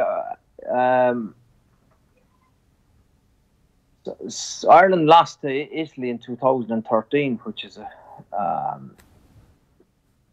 which is frightening in some regard. But it was also good, and I was only slagging Sean O'Brien. Sean O'Brien beat the All Blacks. I never beat the All Blacks, but I never lost to Italy. I said to Shawnee, Shawnee lost to Italy. So in that regard, it's that's not so long ago. But I actually don't think Italy are a realistic threat of getting a result. So you're asking what's a good performance. I think a good performance is when kind of Ireland have emptied the tank and gone after them. I think we all are aware of what's coming in rounds 4 and 5, but like if there is probably a dull performance mentally this weekend, it will be hard to get momentum for the final, right? Why, if you kicked away the cobwebs this weekend, I reckon there could be very big excitement for rounds 4 and 5. I think the same, and I think for me, probably you're talking about the attacking scenario, Rog, which always gives a feel-good factor when you leave, but for me, it's not conceding sloppy tries. We conceded a couple of sloppy scores against them last year, and even though we beat them 56-19 in Dublin, you just got a sense that, you know, and Keith Earls had that great recovery where he saved another try. So I would love to see Ireland being really robust, aggressive, on the front foot. Not maybe under 10 points. Yeah, not necessarily playing really loads of expansive rugby, but just being really aggressive and ruthless and not conceding sloppy scores. And then you can build to the last block against France and Wales. And we have Wales and England obviously on Saturday to look forward to as well, Saturday late afternoon. So to get your thoughts on this one, it's Eddie Jones saying that this is the greatest Welsh team of all time, and then I read Jonathan Davies saying that England are the best team on the planet at the minute. So how is this one going to play out? Because it's got such interesting consequences for ourselves, obviously. Yeah, I have a feeling that because of where England are coming from, they're full of confidence and belief now, and they're a very powerful physical side, that they might maybe too strong for Wales. Wales are full of confidence. They're on a record-winning run of matches, and it's always tricky going to Cardiff. You know, they won't need any motivation to get up for this. But you just sense for England, this is a game that they can really make a big statement, because if you're in a team that's gone to Dublin and gone to Cardiff and won in the first 3 rounds of the championship, well, you deserve to be talked about and you deserve to get a lot of recognition from that. We always say over the years, when Rog probably agree, the 2 big games were England and France away. That year was always going to be tricky to win a championship, because you're going to Paris and you're going to London. For England to go to Dublin and to go to Cardiff, well, they'll deserve a Grand Slam, and they'll get a Grand Slam if they win on Saturday. I just sense that they're too powerful and that they've completely flipped this around now, but you never know. Wales will be really up for this game, but I just don't know if they're good enough and powerful enough to stop them. Conor O'Shea was obviously saying on the show this week that there was a huge overreaction from an Irish perspective, to what happened in Dublin a couple of weeks ago. Like, I wonder, by the same token, like the likes of Jonathan Davies saying that England are the best team on the planet, Ronan, is there an overreaction in that as well? Yeah, I don't know. It was an overreaction. I think if you were in the stadium that day in the Aviva to see what England did to Ireland, I think it shook a lot of us. So maybe if you were in the ground, you might get a different feeling from it. So I wouldn't necessarily agree with Conor in that regard. I thought England deserved immense credit for what was a complete performance for 80 minutes. If you can't kind of compliment that from a rugby point of view, I think you're missing, or else you're not seeing maybe the game as it should be seen, because they were unbelievably impressive for that 80 minutes, and then they backed it up obviously against France. An overreaction to it, no, I think there's hope in the fact that there isn't a test venue in the world like, I suppose, the Millennium Stadium when Wales play there. But also, Vunipola and Maka and Itoja out, that quality, you don't have like for like places. Rog, replacements. What do you think of Anscombe starting at 10? I know you work for the first Wales-France game, and they started with Anscombe and Thomas Williams, and Davies and Biggar came on and seemed to change the game. So Anscombe over Biggar, I think that's kind of divided opinion. I was looking at a lot of stuff online during the week. Would you start Anscombe against England or Biggar? Is it a mistake? I don't think it's a mistake. I think why they're playing Anscombe, I think it's got to do with strategy. I think they obviously, you've spent time under Warren. I think what their big philosophy is that they're the fittest rugby team in the world, so they put so much emphasis on that, and they're going to go. They won't kick the ball out. They won't give England line out, so the ball and play time will be huge, and they're going to back their fitness. And I think they look at Anscombe, in fairness to him, he's a lovely runner, and he's very at ease from obviously being raised in New Zealand with the ball in hand, and his running game is very good. So they're going to look to, I think, play with a lot of wit on Saturday. And it's been kind of, I suppose, for the last 12 months, he's been their man at 10, so they're showing faith in him. And I get that, but I suppose what I also get is the fact that Bigger is a serious competitor. And I think when he's has been put in the ball corner, he's always have a positive reaction. So probably got it out of them. And the Italian game was a poor game, but Bigger definitely added something, and he was better that day. And in France, he was impressive as well. So the reality of rugby nowadays, Quinny, is that you're probably going to have a guy playing probably 50, 55 minutes max, and you're looking for massive impact then from Bigger. I don't know enough about it. He got injured for Northampton. Is that was he able to train the the early part of this week? Teams like to kind of have uninterrupted preparation and test week, and if there's very little between two of your players, the guy who's kind of 100% fit will always get the nod, Adrian. In a word, who wins it? From both of you? For me, England. Yeah, England as well. That'd be my concern. Anscombe was a great player, brilliant attacking player, but I just think Farrell, Tuolangi, Tom Curry, if they harass him the way that they put that pressure on the Ireland halfbacks, that's exactly what they'll try and do. I hope they don't kick the leather off the ball this week. 47 kicks against France. Was it? Yeah. Yeah, it was crazy. So hope. But look, that'll be a great game to watch. There'll be a real bite to that. An incredible stadium to play in. Ronan, you hung on last weekend? Yeah, we did. We left Killer Instinct to a 12-3 up, had a penalty, and went to the corner. Ball didn't go to the corner, so just a little bit rusty on the first day out. Didn't put them away, and in fairness to the Blues, they're under new management. A lot of good individuals. They got a lot of, I suppose, better team patterns, and they hung in there, and they went.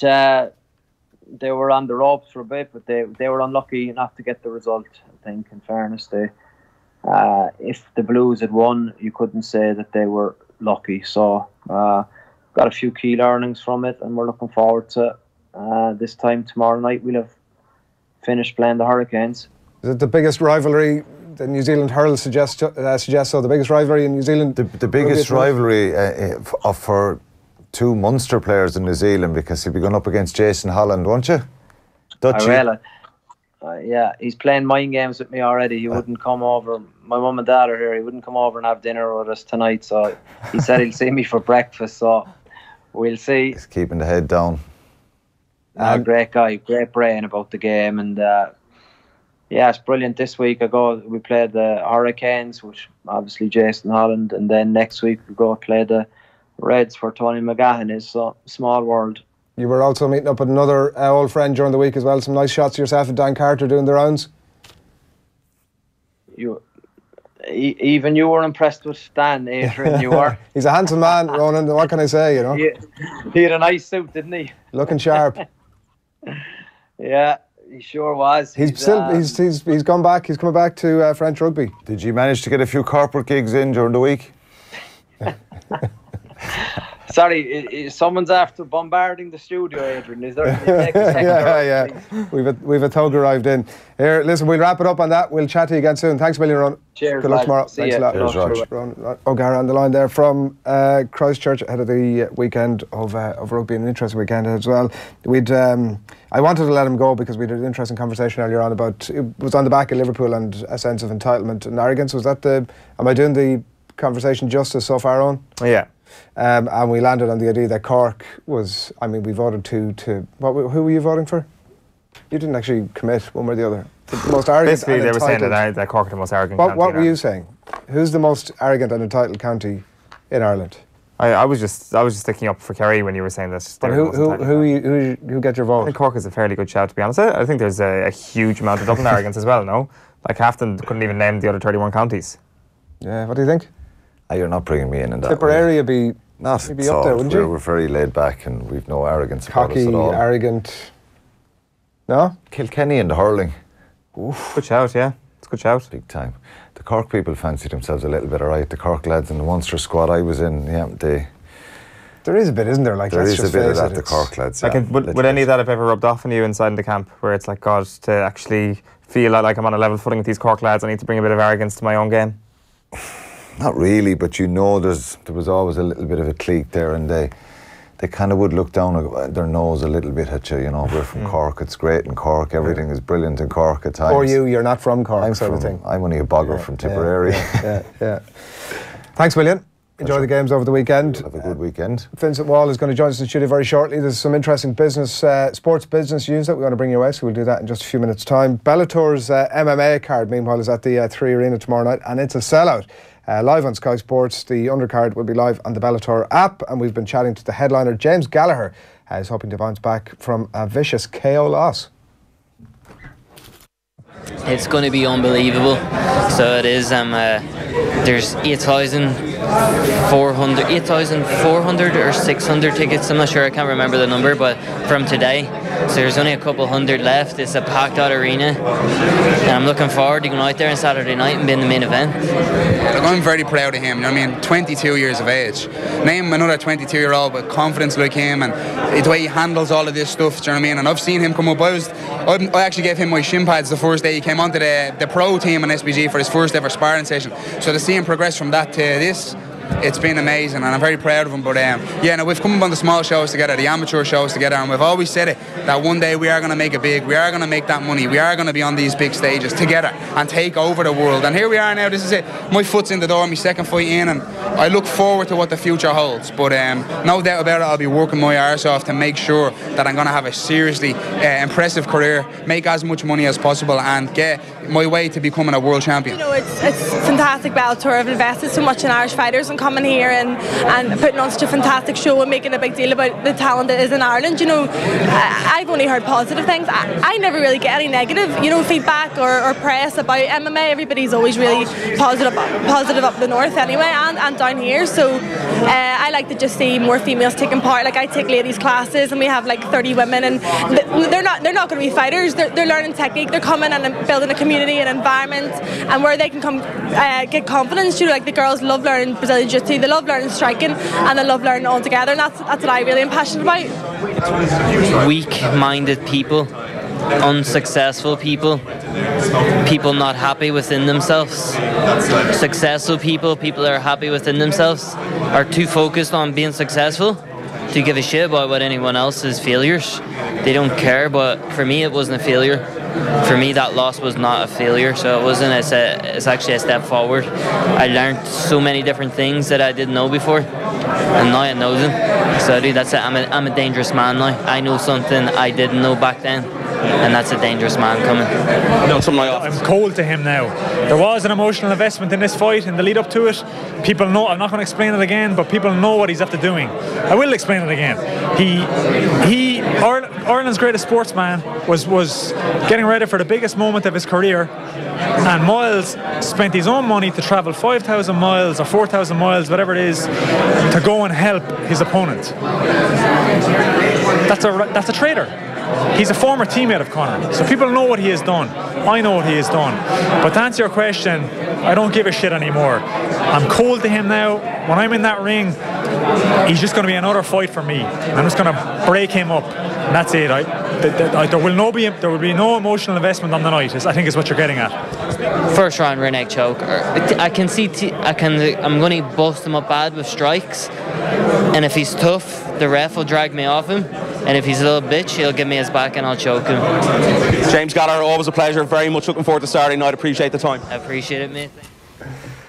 That's the, it looks like the Viper wrapping things up there on the Bellator MMA card. It's James Gallagher, Kiefer Crosby, Liam McCourt and Peter Quinny. You can check out the undercard. Will be live on the Bellator app over the weekend. We'll have another clip of that in just a minute. But before all of that, business correspondent Vincent Wall, good morning to you. Morning. A couple of interesting stories we want to talk about. First of all, the Nike stock, we mentioned a bit earlier on today, a bit of a mishap on the court, and the Nike stock is on the way down.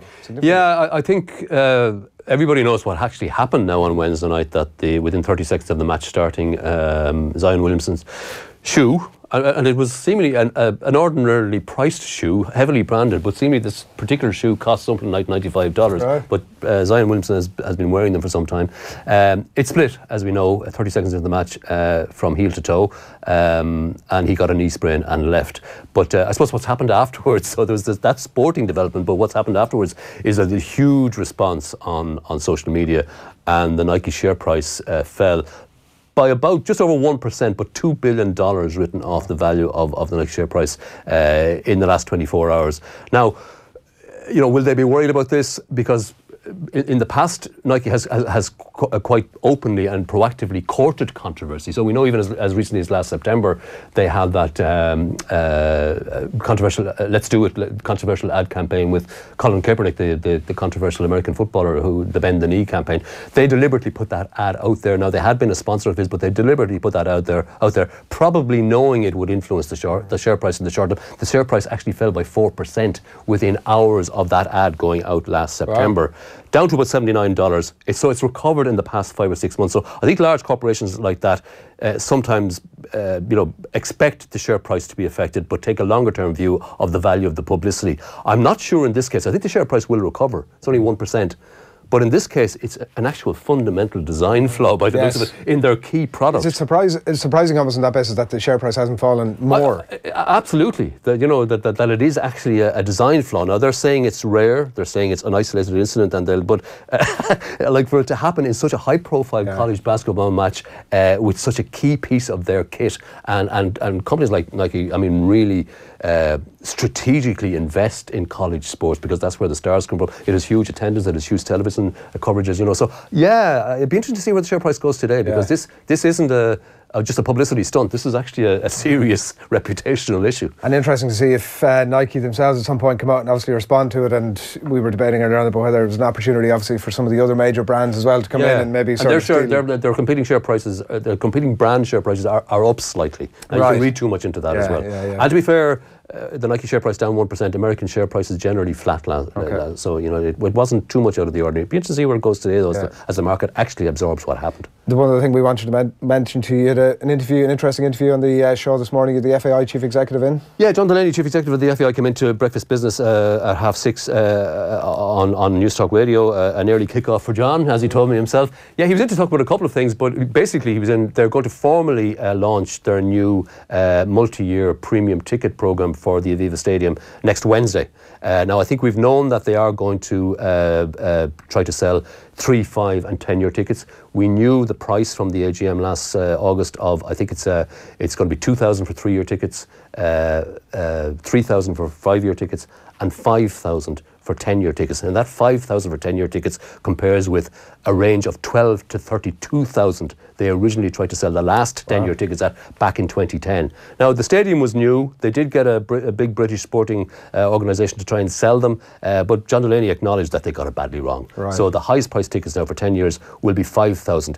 What was new this morning, I think, is that they currently have 3,200 paying premium ticket members. There are actually 10,000 premium seats. Their target is to sell just under 4,000 of these new tickets, whether it be 3, 5 or 10 year, to raise about €12 million. That's their target, and that'll be announced next Wednesday. And that €12 million will, if they get it, will be bagged to eliminate or to help eliminate the debt on the Aviva Stadium by 2020. Currently, the FAI owes somewhere between 30 and 20 million. They're part of the debt on that. Right, and the full piece, I'm sure, is up on newstalk.com. It's up on as well. newstalk.com. Check it out. Yeah. Vincent, thanks, William, for that.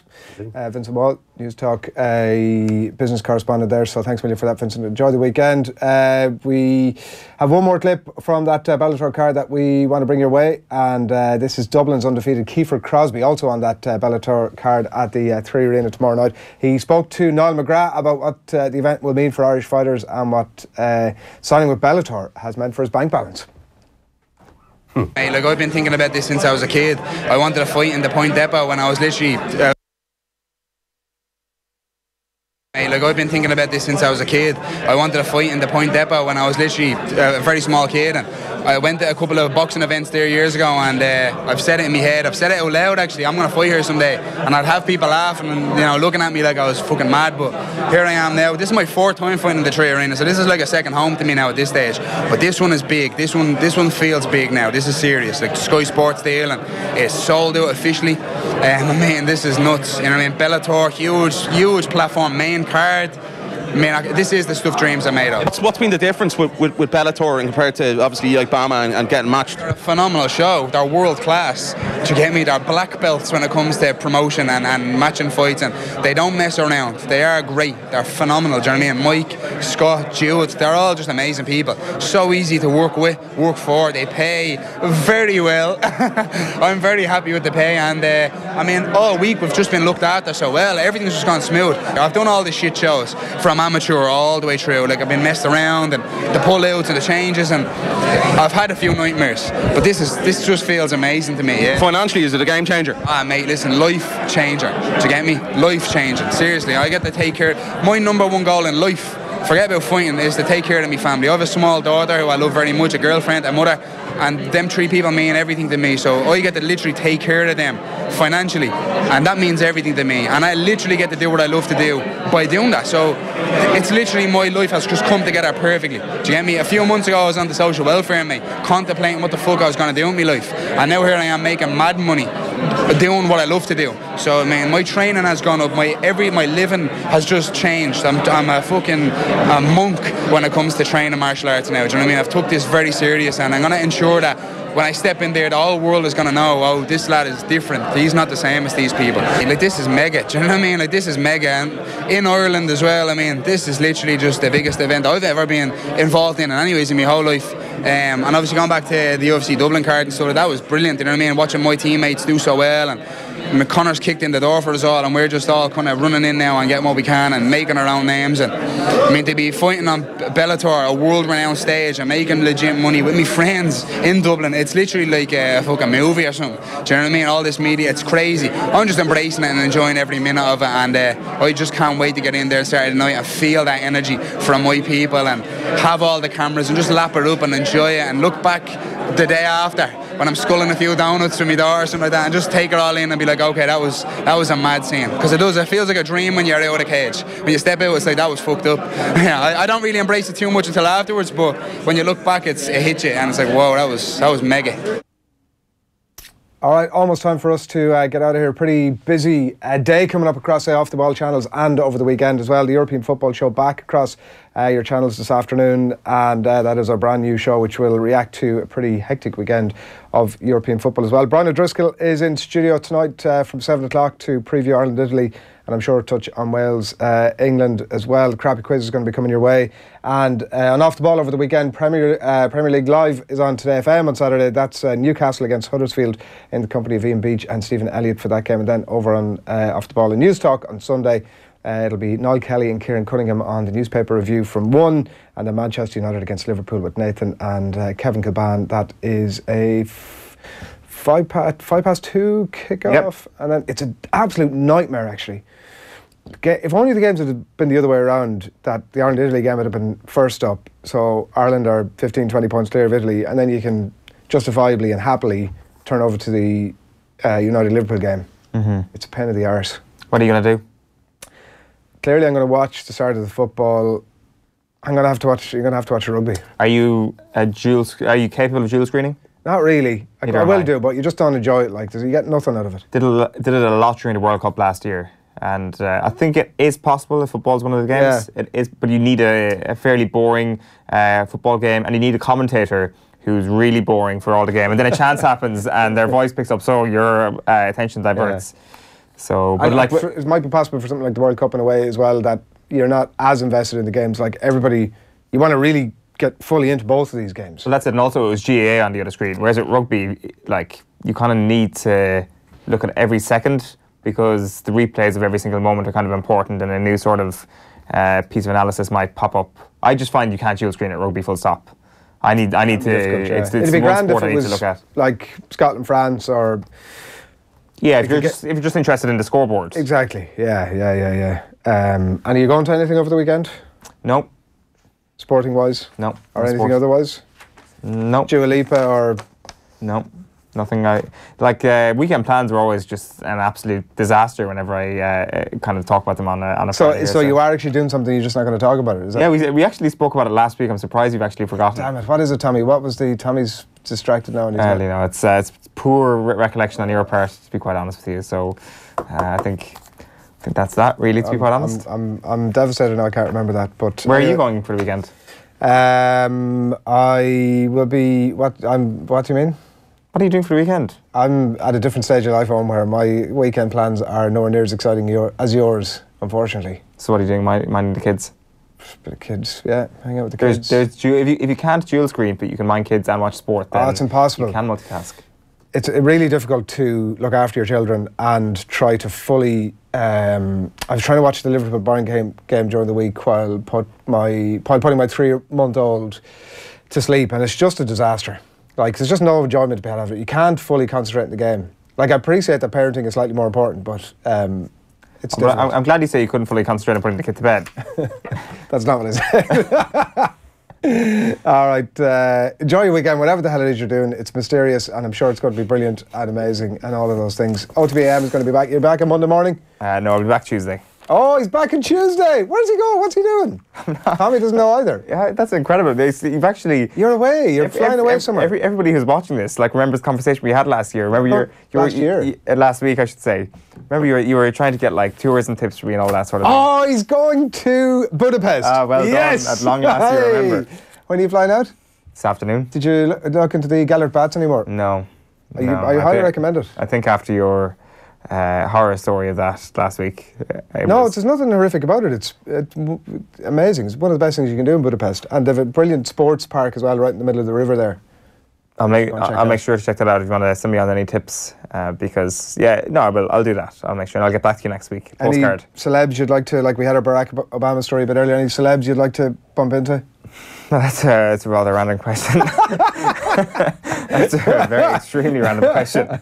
Is there any celebs I'd like to We've had a question in from Tommy in Dublin too, and he's wondering if there's any celebrities you'd like to bump into in Budapest. Not quite. In a sporting contest, the one person I'd like to bump into is actually Eddie Jones. I'd really like to just have a conversation with Eddie Jones. I would imagine that going to Budapest this weekend makes that somewhat unlikely. Oh yeah, but I thought it was kind of like an open-ended question. I thought this was specifically if you're in the Gellert Bats with the see-through sheet wrapped around you, who would you like to have a chat with? I'm trying to think of any famous Hungarians, but I literally can't. So I'm kind of stumped there. Any Central Europeans at all, really? I'm kind of stumped there as well. Not Angelina Jolie or Barack Obama, funnily enough. Right. Okay. But if there is somebody that I bump into who has a plaza named after them somewhere in Ireland, I'll make sure to tell them they've done a fine job of it. Well, look, enjoy the weekend. I'm glad we did get there in the end. Thank you. No, you enjoy yours as well. Been a pleasure. Owen won't be here on Monday, but Anthony Moyles is going to be here. Ronan is going to be here, and Alan. You're missing the most epic show of the year so far. That's no coincidence. Alan Quinlan is going to be here as well, so we're going to be looking back on what's a pretty phenomenal weekend of sport. Whatever you're doing with your weekend, enjoyed from us for this morning. Good morning.